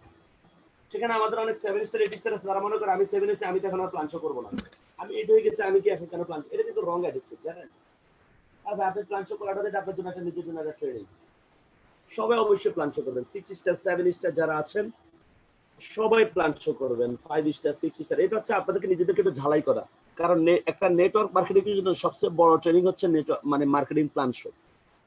মনে রাখবেন, এই যে আমি আপনাদেরকে যত ট্রেনিং করাই, যারা যাদের মাথার মধ্যে মার্কেটিং প্ল্যানটা আছে, স্পষ্ট ক্লিয়ার ভালো ধারণা আছে, তারা কিন্তু ট্রেনটা ভালো বুঝতেছে। আর যাদের মাথায় মার্কেটিং প্ল্যানটা নাই, যারা এটা মুখস্থ পারে না, তারা কিন্তু কম বুঝতেছে। তার মানে কি, মূল ট্রেনিং হচ্ছে মার্কেটিং প্ল্যান। এই জন্য আমরা সবাই অবশ্যই মার্কেটিং প্ল্যানটা প্র্যাকটিস করবো এবং বেশি বেশি ট্রেনিং করবো। অলওয়েজ আমরা ট্রেনিং করবো থাকবে, ট্রেনিং না করলে আমাদের আত্মবিশ্বাস কমে যাবে। ল্যাক অফ ক্লোজিং, ক্লোজিং দেয় না, ক্লোজিং না দিতে দিতে একসময় সে ক্লোজিং দিতে ভয় পায়, গেস্টের সামনে বসতে ভয় পায়, ল্যাক অফ বিশ্বাসের অভাব। এখন এগুলো অর্জন করতে কিভাবে? ওই যে আপনাকে জ্ঞান অর্জন করতে হবে, তাহলে আপনার দুর্বলতাগুলো চলে যাবে। বেশি বেশি চিন্তা করবেন সার্থক করি। কারণ আপনাকে কোনো একটা গেস্ট একটা কোশ্চেন করলো, আপনি কোশ্চেনটার উত্তর কোনোভাবে দিতে পারলেন না, তখন আপনি কি করবেন? আপনি চিন্তা করবেন যে আসলে এই কোশ্চেনটার কি উত্তর দিলে ঠিক হতো। মাথায় আসলো না, তখন আপনি আপনার না ফ্রেন্ডকে জিজ্ঞাসা করবেন, যে এক্সপার্ট তাদেরকে জিজ্ঞাসা করবেন যে আচ্ছা বস, আমাকে একজন ব্যক্তি এই কোশ্চেনটা করছে, এই কোশ্চেনের উত্তরটা কি ভেবে দিলে ভালো হয়। আমার অনেক 7 স্টার আছে বা 6 স্টার আছে, তারা বিভিন্ন কোশ্চেন ফেস করে এসে তারা আমাকে কোশ্চেন করে যে বস, আমাকে কোশ্চেনটা করছে, আমি যদিও উত্তর দিচ্ছি, বাট আমার কাছে মনে হচ্ছে যে বস আপনার থেকে কোশ্চেনটা শুনলে মনে ভালো হবে, যে এই কোশ্চেনটার উত্তরটা বস কি দেওয়া যায়। তখন আমি যখন কোশ্চেনটার উত্তর দিই, তারা বলে বস রে, আসলে কথাটা বলতে বলতে সেরকমই তো, আরে বস এটা তো তখন মাথা সাথে ঠিক আছে বস, এখন থেকে কোশ্চেন করলে কিন্তু তাহলে হয় কি, আপনি যদি ইনস্ট্যান্ট এই যে শিখে ফেললেন না, এরপরে যদি জীবনে কেউ কখন আপনাকে এই জাতীয় কোশ্চেন করে, সাথে সাথে আপনার মাথায় কিন্তু আমার কথাটা চলে আসবে। তাহলে এই যে এগুলোর জন্য আপনার একটা আগ্রহ থাকতে হবে, বুঝছেন, যে শেখার আগ্রহ, আমাকে কে কি কোশ্চেন করতেছে, হ্যাঁ এগুলো আপনি নোট ডাউন করে রাখবেন। এগুলো আবার আপনার একজন এক্সপার্ট আপনাদের সাথে বসে আপনি আবার এগুলো আবার একটু আপনার মাথায় রিলোড করে নেবেন। কারণ দেখবেন আপনি একবার ধরনের অঙ্কের পরীক্ষা দিতে গেছেন, বাসা থেকে অঙ্কটা কোনো মতো দেখে গেছেন, কিন্তু অঙ্কের পরীক্ষা হলে গিয়ে আপনি অঙ্কটা ভুলে গেছেন, মনে করতে পারতেছেন না, কোনো কারণে আপনি পরীক্ষাতে অঙ্কটা দিতেই পারেন নাই। আমরা কি করে জানেন, প্রথম বাসায় এসে আগে অঙ্কটা দেখি, পরীক্ষা শেষ তারপরে এসে অঙ্কটা দেখি, হায় হায় রে, এই সামান্য একটা জিনিসের জন্য ভুলে গেছি। এই যে আপনি অঙ্কটা দেখছেন, আপনি জীবনের অঙ্কটা কিন্তু ভুলেন না। ঠিক একই রকম যখন কোনো গেস্টের কোনো কোশ্চেন ফেস করার পরে আপনি যখন উত্তরটা দিতে পারেন না, এটা কিন্তু আপনার মধ্যে একটা জ্বালা তৈরি করে। যখন আপনি আপনার আপলাইন থেকে এটা সঠিক উত্তরটা পেয়ে যান, তখন এটা আপনার মনের মধ্যে এমন ভাবে গেঁথে যায় যে এটা জীবন আপনার ব্রেন থেকে আর বের হয় না। ওকে, এবং আপনাকে আত্মবিশ্বাসী হতে হবে। সবচেয়ে বেশি পৃথিবীতে সফল হওয়ার অন্যতম উপাদান হচ্ছে আপনার আত্মবিশ্বাস। আপনি নিজে কতটুকু বিশ্বাস করেন যে আপনি সফল হবেনই, এইটার উপর ডিপেন্ড করবে যে আসলে আপনি মানে কতটুকু কাজ আপনার হবে। হ্যাঁ, দেখেন না ফখরুল হাসান কথা কথা কি বলে, যে আমি কখনো কাজ নিয়ে কোনো টেনশন করি না। আর আমি একসময় কি ছিলাম, আমি 3 স্টার ছিলাম, আমার টিমে কোনো লোকজনই ছিল না। তো সেখান থেকে আমি যদি এই পর্যন্ত করতে পারছি, এখনো যদি শূন্য হয়ে যায় আমি আবার নামে আবার করতে পারবো, এটাকে বলে কনফিডেন্ট, আত্মবিশ্বাস। আপনি সবসময় এই কথাটা বলবেন, এটা আপনার আত্মবিশ্বাস বাড়াবে। কোনো সমস্যা নেই, শূন্য থেকে আবার শুরু করে আবার তৈরি করতে পারবো, কারণ আমি তো কারিগর। এটা আপনার আত্মবিশ্বাস বেশি বেশি বাড়াবে, প্র্যাকটিসটা করবেন আপনারা। ওকে, এবং আপনার কথা বার্তা চাল চলন আচার আচরণ সবসময় জন্য আপনি আত্মবিশ্বাসী হন। আবারও বলতেছি, সবাই একটু ড্রেস কোড মেনটেন করবেন, ড্রেস কোড আমাদের আত্মবিশ্বাস তৈরি করে। আমি আমাদের অনেক 7 স্টার 8 স্টারকে দেখি যে আপনারা নন প্রফেশনাল ড্রেস কোড করে আপনারা অফিস করেন। প্লিজ রিকোয়েস্ট থাকলো আমার, এই কাজটা দয়া করে করেন না, বারবার বলতেছি কাজটা করেন না। আমি কোনো অফিসে গিয়ে আমি যদি দেখি কোনো leader non professional dress code করে অফিসে আসছে, আমি আমি সময় দিতে ওর বেশি দিন থাকবে না, ও হারানোর সময় আসছে, ও এখান থেকে চলে যাবে যে কোনো সময়। হ্যাঁ, এবার সে যেই হোক, আমার টিমের ব্রোঞ্জ 9 8 স্টার 7 স্টার যেই হোক, নন প্রফেশনাল ড্রেস কোড পরে অফিস করলে, টিম মিটিং করলেই আমি বুঝি ওনার সময় শেষ হয়ে আসছে, কারণ উনি পেকে গেছে, এখন পৌঁছবে উনি। তো অবশ্যই অবশ্যই আপনারা শার্ট প্যান্টিং করে প্রফেশনাল ড্রেস কোড পরে, বিশেষ করে যারা 7 ওদের জন্য ফরজে আইন, যারা 8 ওদের জন্য ফরজে আইন, আমরা যারা ব্রোঞ্জ লাইন আমাদের জন্য সিক্সদের জন্য, সবার জন্য, আমরা যারা যারা মাঠের কর্মী আমাদের সবাইকে অবশ্যই ড্রেস কোডটা মেনটেন করবে। এটা আমাদের আত্মবিশ্বাসটাকে বেশি বেশি বাড়াবে। Try to avoid unnecessary topics. যখন ক্লোজিং এ বসবেন অপ্রয়োজনীয় বিষয় আনবেন না। আপনি তার সাথে বসছেন টিএনসি নিয়ে কথা বলতে, হ্যাঁ হোক, আপনি যখন টিএনসি নিয়ে কথা বলতে গেছেন অপ্রাসঙ্গিক কথা, রাজনীতি নিয়ে কথা উঠে দিচ্ছেন। এখন ধরেন আপনি শেখ হাসিনা নিয়ে বাংলাদেশের যে প্রেক্ষাপট, যদি আওয়ামী লীগ বিএনপি নিয়ে যদি কথা উঠেন, এই কথার কিন্তু কখন কোনো সমাধান হবে না। আপনি প্রথমে আমি যেটা বললাম যে ফলো আপে গিয়ে আপনি তার সাথে উঠান, তার বাসায় যেহেতু গেছেন এখন তো তার হাতে সময় আছে, কিন্তু যখন মার্কেটিং প্ল্যান দেখতে বসছেন, মার্কেটিং প্ল্যান দেখে যখন ক্লোজিংটা দিতে বসবেন, সেখানে এমন কোনো বিষয় আনবেন না যেটা কোনো সমাধান নেই, যেটা তিনশি রিলেটেড না, তিনশির বাইরের এই জাতীয় প্রসঙ্গে সে যদি আনেও, ধরেন সাপোজ আমি এটা একদম ধরেন সে আপনাকে বললো যে যে ভাইয়া ঠিক আছে, প্ল্যান দেখার পরে যে ভাই এরকম কোম্পানি তো ডেস্টিনি আসছে, ডেস্টিনির মতো একটা কোম্পানিতে চলে গেল। এখন এটা আপনি যদি এখন ডেস্টিনি নিয়ে রিসার্চ করা শুরু করেন, ডেস্টিনি কেন চলে এত কিছু নিয়ে কথা বলতে গেলে ভাই এটা কোনো সমাধান নেই। আপনি তো তাকে ডেস্টিনির প্ল্যান দেখাতে বসেন, আপনি তার সাথে তিনশি প্ল্যান দেখাতে বসেন, তার সাথে তিনশি নিয়ে কথা বলবেন। তো সে যদি অন্য কোম্পানির কথা বলে এটা কিভাবে সমাধান দেবেন, এটা একটু পরে আমি আপনার সাথে কথা বলতেছি, কারণ আমরা ক্লোজিং এ কষ্টে যাই না, আমি এখন আপনাদেরকে প্রস্তুতিগুলো বলতেছি। আসেন, আপনি যখন কোনো গেস্টকে ক্লোজিং দিতে বসবেন, অবশ্যই আরেকটা কথা বলি, আমরা একটু প্রফেশনাল স্টাইলে কথা বলবো। আমরা অনেক সময় গেস্টের সাথে কথা বলতে তাকে তুচ্ছ তাচ্ছিল্য করে কথা বলি, তাকে নেগলেক্ট করে কথা বলি, তার মতামতটাকে আমরা ছোট করে কথা বলি, বা সেটা চাকরি করে তার চাকরিকে আমরা ছোট করে কথা বলি, বা তাদের এলাকাকে, ধরেন সে বরিশালের বা সে একটা এলাকা, সে এলাকাকে আপনি পছন্দ করেন না, সে এলাকাকে ছোট করে কথা বলি। হ্যাঁ, এই জাতীয় কাজগুলো কখনো করবেন না, এবং তাকে আপনার প্রতিদ্বন্দ্বী মনে করে কখনো কথা বলবেন না, বরং সে আপনার ভাই, সে আপনার খুব কাছের বন্ধু, এরকম করে আপনি কথা বলবেন, তাহলে আপনার ক্লোজিংটা সবচেয়ে ভালো হবে। Okay, two types of question you will face. আপনি দুই ধরনের কোশ্চেন ফেস করবেন। আসেন, কি কি কোশ্চেন আপনি ফেস করবেন? বলা হচ্ছে যত ধরনের কোশ্চেন আপনি ফেস করেন না কেন, মনে রাখবেন প্রত্যেকটা কোশ্চেনের একটা সমাধান আছে। আসেন, দুই ধরনের কোশ্চেন মানুষ আপনাকে করবে, একটা হচ্ছে ব্লকিং কোশ্চেন, একটা হচ্ছে ইনফরমেটিভ কোশ্চেন। ব্লকিং কোশ্চেন,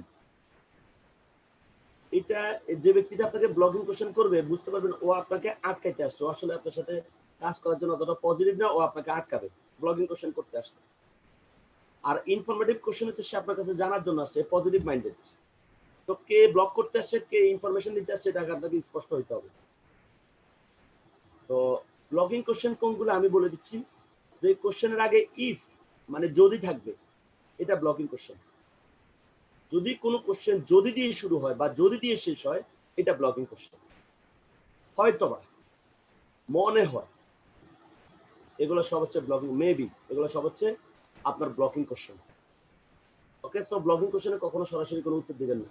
কেউ যদি আপনাকে ব্লকিং কোশ্চেন করে, সেটা আপনাকে আটকাইতে আসছে, আপনি যত রকম উত্তর দেন সে কিন্তু আপনার কথার সাথে সে একমত হবে না, সে দ্বিমতই কোশ্চেন করবে, সে ব্লকিং কোশ্চেনের পেছনে সে আরেকটা ব্লক মারবে, বুঝলেন না? কারণ সেটা আসছে ব্লক মারতে, আপনি একটা উত্তর, তো ব্লকিং কোশ্চেনের অ্যান্সার হচ্ছে কোনো উত্তর নেই আপনার কাছে। ইনফরমেটিভ কোশ্চেন, আপনি তাকে শুধু ইনফরমেশন দেবেন। আসেন, তাহলে ব্লকিং কোশ্চেন অ্যান্সার কিভাবে দিবেন? Question answer by question. Blocking question গুলো সবসময় কোশ্চেনের মাধ্যমে অ্যান্সার দিবেন। ধরেন আমি একটা এক্সাম্পল দিচ্ছি, সে আপনাকে প্রশ্ন করলো, আচ্ছা ভাই আপনাদের কোম্পানি যদি বন্ধ হয়ে যায়, এখন আপনি এটার উত্তর দিবেন, বলেন। আপনি তাকে কি সবুজ প্রফাইলটা পড়ানো শুরু করবেন? আপনি তাকে কি বলবেন যে আল্লাহর হুকুম প্রধান কসম কোম্পানি যাবে না? এগুলো বলতে পারবেন? এগুলো বললে সে আপনার কথাগুলো রিসিভ করবে না। সেটা আপনাকে, যদি আপনাদের কোম্পানি চলে যায়, যদি লাগাইছে, আচ্ছা আমি আপনাদের কাছে এমনিতে একটা এক্সাম্পলটা দিলে কথা ক্লিয়ার করতে, ধরেন আমি আপনার বলবো, আচ্ছা ভাই এখন যদি কেমন হয়, এখন আপনি কি উত্তর দিবেন? আচ্ছা ভাই আপনি এখন যে বিল্ডিং এ বসে আছেন, বিল্ডিং এর যদি এখন ভেঙে পড়ে, আপনি এখন কি উত্তর? আপনি বলবেন যে বিল্ডিং হলে মরে যাবো, আর কি করবো?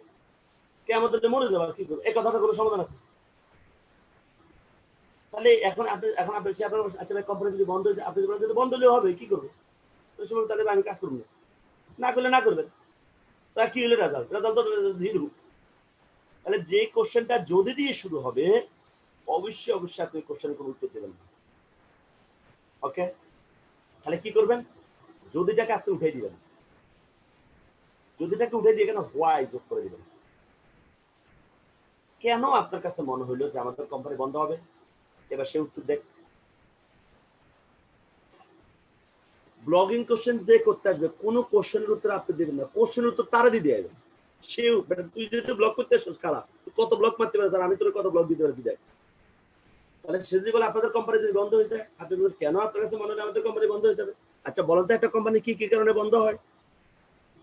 এবার সে বলবে এই কারণে বন্ধ হয়, কোম্পানি যদি ট্যাক্স না দেয়, তা সে বলুক, কিন্তু আপনি বলবেন না, সে বলতে হবে যে হ্যাঁ কোম্পানি যদি মানে ইয়া না করে, কি বলে, কোম্পানি যদি ট্যাক্স না দেয়, কোম্পানির প্রোডাক্ট যদি ভালো না হয়, কোম্পানি যদি মানুষকে বোনাস না দেয়, কোম্পানি যদি কাগজপত্র না থাকে, তা আপনি বলবেন যে আমাদের কোম্পানি সরকারকে ভ্যাটও দিচ্ছে। এবার আপনি তাকে বলেন যে আমাদের কোম্পানি সরকারকে ভ্যাট দিচ্ছে, এই যে দেখেন সেরা ভ্যাট প্রদানকারী কোম্পানি পুরস্কার, এই যে আমাদের কোম্পানির লাইসেন্স আছে, এই যে আমাদের কোম্পানির প্রোডাক্টগুলো ভালো, এই যে আমাদের কোম্পানি যে ইনকাম দেয়, এই যে সব প্রমাণ আপনি দেখা দিবেন। তখন সে বলবেন না তাহলে ঠিক আছে। তার মানে কি যুক্তি দিয়ে কথা বলা। ব্লগিং কোশ্চেনের কখনো সরাসরি কোনো উত্তর দেওয়া যাবে না। এবার আপনি তাকে বলবেন যে ভাই ধরেন আপনি আমাদের কোম্পানির চেয়ারম্যান, আপনি আমাদের কোম্পানির চেয়ারম্যান, বাংলাদেশে ধরেন আপনি প্রায় গত 15 বছরে 50 কোটি টাকা বিনিয়োগ করছেন, বিনিয়োগ করে আপনি একটা মার্কেট তৈরি করছেন, আপনি একটা ব্যবসা তৈরি করছেন। এখন যতদিন যাইতেছে আপনার ইনকাম বাড়তেছে, আপনার সেল বাড়তেছে, ইনকাম বাড়তেছে, কাস্টমার বাড়তেছে, যতদিন আপনি ব্যবসাটা চালু রাখতেছেন আপনার ইনকাম বাড়তেছে, বলেন তো আপনি কোম্পানির চেয়ারম্যান হয়ে কবে কোম্পানির এটা বন্ধ করে দিবেন? সে বলবে না যেহেতু আমার ব্যবসাটা চালু রাখলে ইনকাম আসছে আমি বন্ধ করবো কেন? আপনি বলবেন তো আমাদের কোম্পানির সমস্যা কিছু, আমাদের কোম্পানি তাহলে কেন বন্ধ করবে? সে তো থাকলে তার ইনকাম হইতেছে, সে বন্ধ করবে কেন? ওকে, এইভাবে যুক্তি দিয়ে কথা বলতে হবে। অনেকে বলবে কিছু কয়েক বছর আগে মনে হয় আপনাদের কোম্পানি বন্ধ হয়ে গেছে। আপনি বলবেন যে কবে বন্ধ হয়েছে বলেন তো, কিভাবে বুঝলেন যে কোম্পানি বন্ধ হয়ে গেছে? এই যে মেবি আছে, যে মনে হয়, কয়েক বছর আগে মনে হয় আপনাদের কোম্পানি বন্ধ হয়ে গেছে, এগুলো ব্লগিং কোশ্চেন, বুঝছেন? বলে দিবেন যে আপনার কাছে কেন মনে হলো যে আমাদের কোম্পানি বন্ধ হয়ে গেল, আপনি কিভাবে বুঝলেন যে আমাদের কোম্পানি বন্ধ হয়েছে বলেন তো? সে বলবে না আমাদের এলাকার 4-5 জন লোকে কাজ শুরু করছিল, তারা এখন আর নাই। আপনি বলবেন ও আচ্ছা তাই নাকি? এবার আপনি তাকে বলবেন আচ্ছা ভাই বলেন তো আপনি কত সালে স্কুলে ভর্তি হয়েছিলেন? সে বলবে 1990 সালে। Okay good. আপনি মেট্রিক পরীক্ষা দিয়েছেন কত সালে? বলবে 2001 সালে দিছি। এবার আপনি তাকে জিজ্ঞেস করবেন আচ্ছা তাহলে আপনার সাথে ক্লাস 1 এ যতগুলো স্টুডেন্ট ভর্তি হয়েছে সবাই কি ক্লাস 10 এ উঠতে পারছে? সে বলবে না অনেকে তো 3-4 এ হারাই গেছে। আচ্ছা 3-4 এ যারা হারাইছে এজন্য কি স্কুল বন্ধ হয়ে গেছে? সে বলবে না স্কুল তো বন্ধ হয়নি, স্কুল তো ছিল। তাহলে আপনি বলবেন যে স্কুল থেকে যেরকম 2-4-5টা ছাত্র চলে গেলে স্কুল বন্ধ হয় না, ঠিক একই রকম আমাদের কোম্পানি থেকে এরকম কিছু ডিস্ট্রিবিউটর যদি চলে যায়, কোম্পানি বন্ধ না, আমাদের কোম্পানি একদিনের জন্য বন্ধ না, কোম্পানির কার্যক্রম স্বাভাবিক আছে। ওরা হয়তো বা কোনো কারণে ওরা কাজ করে। ওকে, অনেকে বলবে আপনাদের কোম্পানিতে বহু লোক ফেল করছে, বহু লোক আছে কোম্পানি, আপনাদের কোম্পানিতে কিচ্ছু পায় না। আপনি বলবেন ইয়েস, রাইট, একমত হয়ে যাবেন। অবশ্যই আপনার কথাটা রাইট। তো সমস্যা কি? তাকে প্রশ্ন করবেন সমস্যা কি? বহু লোক ফেল করছে তো সমস্যা কি? তাকে আপনি এক্সাম্পল দিয়ে কথা বলো, বললাম না এক্সাম্পল দিয়ে কথা বলতে হবে। তাকে বলতে হবে আচ্ছা ভাই আপনি মেট্রিক পরীক্ষা দিয়েছেন কত সালে? সে বলবে 2001 সালে। আচ্ছা আপনাদের বেঁচে কতজন মেট্রিক পরীক্ষা দিয়েছিল আপনাদের সাথে? সে বলবে আমাদের গ্রুপে তো প্রায় আমরা 70 জন পরীক্ষা দিয়েছি। আচ্ছা ভাই কতজন পাস করছে আর কতজন ফেল করছে? সে বলবে 30 জন পাস করছে, 40 জন ফেল করছে। আচ্ছা তো যারা ফেল করছে এটা দোষ কে? স্কুলের দোষ না স্যারের দোষ না পড়ালেখার দোষ? সে বলবে ছাত্রের দোষ। সে কি বলবে? হ্যাঁ আমরা নামাজের বিরতি দিচ্ছি ওয়েট।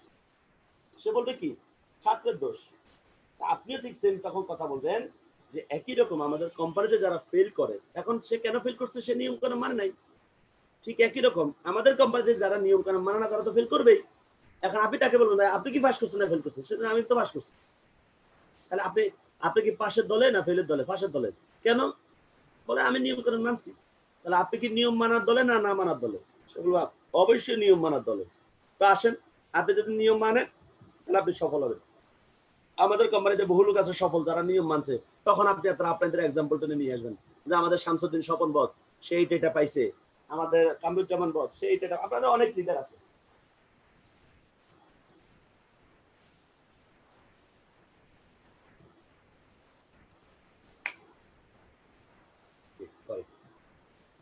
তো যেটা বলতেছিলাম যে আপনাদের অনেক সফল লিডার আছে, তাদের কথা বলে দিবেন সেই এটা পাইছে সেই এটা করছে। ওকে, এটা মাথায় রাখবেন। তাহলে এই কথাটা এইভাবে উত্তর দিবেন এক্সাম্পল দিয়ে, মেট্রিক পরীক্ষার এক্সাম্পল দিয়ে তাকে উত্তরটা দিবেন। অনেকে বলবে এটা সবচেয়ে ব্লগিং কোশ্চেন, এটা বুঝছেন আপনাকে আটকানোর জন্য, মানে এই কোশ্চেনটাই যথেষ্ট। অনেকে বলবে ভাই আপনাদের কোম্পানি সবই ঠিক আছে, আপনাদের প্রোডাক্টও ঠিক আছে, আপনাদের সিস্টেমও ঠিক আছে, কিন্তু ভাই আমার কাছে মনে হয় এটা আমি পারবো না ভাই। এই যে মারাত্মক ডেঞ্জারাস কোশ্চেন। দেখেন সে সব পজিটিভ বলে শেষেরটারে নেগেটিভ করে দিচ্ছে। তো কথাটা কি হলো, মানে পুরা ড্রাম ভর্তি করছে দুধ দিয়ে ভরা, আস্তে সোনাটা ঢালে দিল, তো দুধ তো সবই নষ্ট হয়ে গেল। সব ভালো পজিটিভ কথা বলছে, শেষে কি বলছে ভাই আমার কাছে মনে হয় আমি এই কাজটা পারবো না। এটা এখন আপনি কি বলবেন না ভাই আপনি পারবেন, সে বলবেন আমি পারবো না, আপনি বলবেন না ভাই আমি পারবো, তাহলে আপনি কি করবেন? এটা ব্লগিং কোশ্চেন কিন্তু মনে রাখবেন। তাহলে এটাকে আপনি উত্তর দিবেন কিভাবে? যে আচ্ছা ভাই থ্যাংক ইউ ভেরি মাচ, আসলে ভাই আপনার কথাটা ঠিক বলছেন। আমার কাছে একসময় এটা মনে হয়েছিল। আচ্ছা ভাই আপনার কাছে কেন মনে হলো যে আপনি পারবেন না বলেন তো? কি প্রশ্ন করবেন? আপনার কাছে কেন মনে হলো যে আপনি পারবেন না বলেন তো? সে বলবে আমি তো কাউকে বুঝাতে পারবো না। আপনি যদি বলেন আচ্ছা যদি কাউকে বুঝানো ছাড়া যদি কাজটা হয় তাহলে কি করতে পারবেন? যদি বলেন হ্যাঁ করতে পারবো, তাহলে ফর্ম ফিল আপ করেন। যান আপনি কাউকে বোঝানোর দরকার নেই, আপনি ফর্ম ফিল আপ করেন যান। ব্যাস তার কথা যারা আপনি আটকে ফেলছেন। মনে রাখবেন যারা আপনাকে ব্লক করতে আসবে, আমার সামনে যারা ব্লক করতে আসে, আমি কিন্তু ওদেরকে এমন অবস্থা করি যে ওদেরকে ফর্ম পূরণ করে আমি ছেড়ে দিই। কারণ ও যত কোশ্চেন করে ও বুঝে, মানে ২-৩ টা কোশ্চেন করে সেই বুঝে ফেলে যে বাইরে আমি যে ওরা কোশ্চেন করতেছি উল্টা তো জ্বালার মধ্যে আমি ফেঁসে দিচ্ছি। কারণ ওর কোশ্চেন দিয়ে আমি ওরা আটকাই। এখন সে যে বলে যে আমার তো কোনো পরিচিত লোক নাই। আপনি কোনো লোক দিয়ে আপনি কি করবেন? এই যে লোক ভর্তি করা যাবে না? আপনি বলবেন যে আচ্ছা যদি লোক ভর্তি করানোর সময় ব্যবসা তাহলে কি করবেন? যদি বলেন হ্যাঁ করবো, তাহলে তাকে ফর্ম ফিল আপ করেন। এগুলো হচ্ছে কি ক্লোজিং এর সিকোয়েন্স। কারণ ক্লোজিং এ তো আপনি দেখুন তার কি করবেন? ক্লোজিং সময় আপনি তো তার ফর্মটা ফিল আপ করবেন টার্গেট। সো যে যেটাকে বাধা মনে করবে আপনি বলবেন জান এটা করা লাগবে না, এটা করা ছাড়া করলে হবে তো? বলে হ্যাঁ হবে। তাহলে আপনি ফর্ম ফিল আপ করেন। ওকে? তো অনেকে বলতে আমরা নামাজের বিরতিতে যেতে, তাহলে ৪:৫৩ বেজে গেছে। আমরা তাহলে কালকের মধ্যে আমরা আবার নামাজের একটা বিরতি দিই। আমাদের ক্লোজিং এর আড্ডা বাকি আছে। মোটামুটি ট্রেনিং প্রায় শেষ। আর হয়তো এভারেজে ১০ মিনিটের ট্রেনিং আছে ইনশাআল্লাহ আশা করি। তারপর আমি আপনাদের সাথে বসে একটা বিজনেস প্ল্যান আমরা আজকে তৈরি করব যে আসলে এখন আমরা কাজ কি আমাদের অ্যাকচুয়ালি। ওকে? তো আমরা তাহলে সবাই ঠিক আবার ৫:১০ এ আমরা আবার শুরু করব ইনশাআল্লাহ। আমরা সবাই অবশ্যই ৫:১০ এর মধ্যে চলে আসবো। আবারও বলতেছি যেটা একদম ফিনিশিং মোমেন্ট। আপনাদের টিমের অনেকের ডিস্ট্রিবিউটররা এখনো অ্যাটেন্ড করে না। এই ট্রেনিংটা কিন্তু ভাই অনেক কষ্ট। আপনারা বুঝতেছেন। আমি একটু মানে আমার কিন্তু খুব কষ্ট হয় ট্রেনিংটা করাইতে। আপনারা জানেন সবাই। তো কষ্টটা করতেছি শুধু আপনাদের ডিস্ট্রিবিউটর গুলো যেন ট্রেনিংটা পায়। আপনারা সব অবশ্যই আপনাদের যে সমস্ত ডিস্ট্রিবিউটর এখন অ্যাটেন্ড করেন নাই, আপনারা অবশ্যই তাদেরকে নামাজের বিরতির সময় আপনারা তাদেরকে একটু নক করেন। তারা যেন আবার অ্যাটেন্ড করে ফেলে। ওকে? তাহলে ইনশাআল্লাহ ৫:১০ আবার শুরু করব। সবাই ভালো থাকবেন। Thank you very much. আসসালামু আলাইকুম।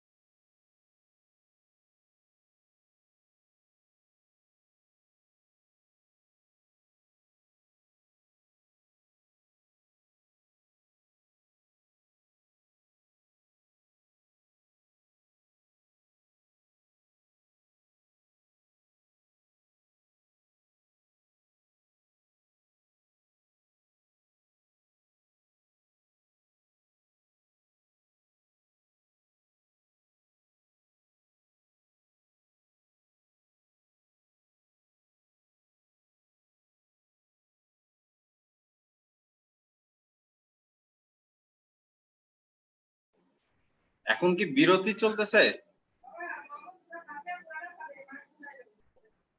এনিওয়ান?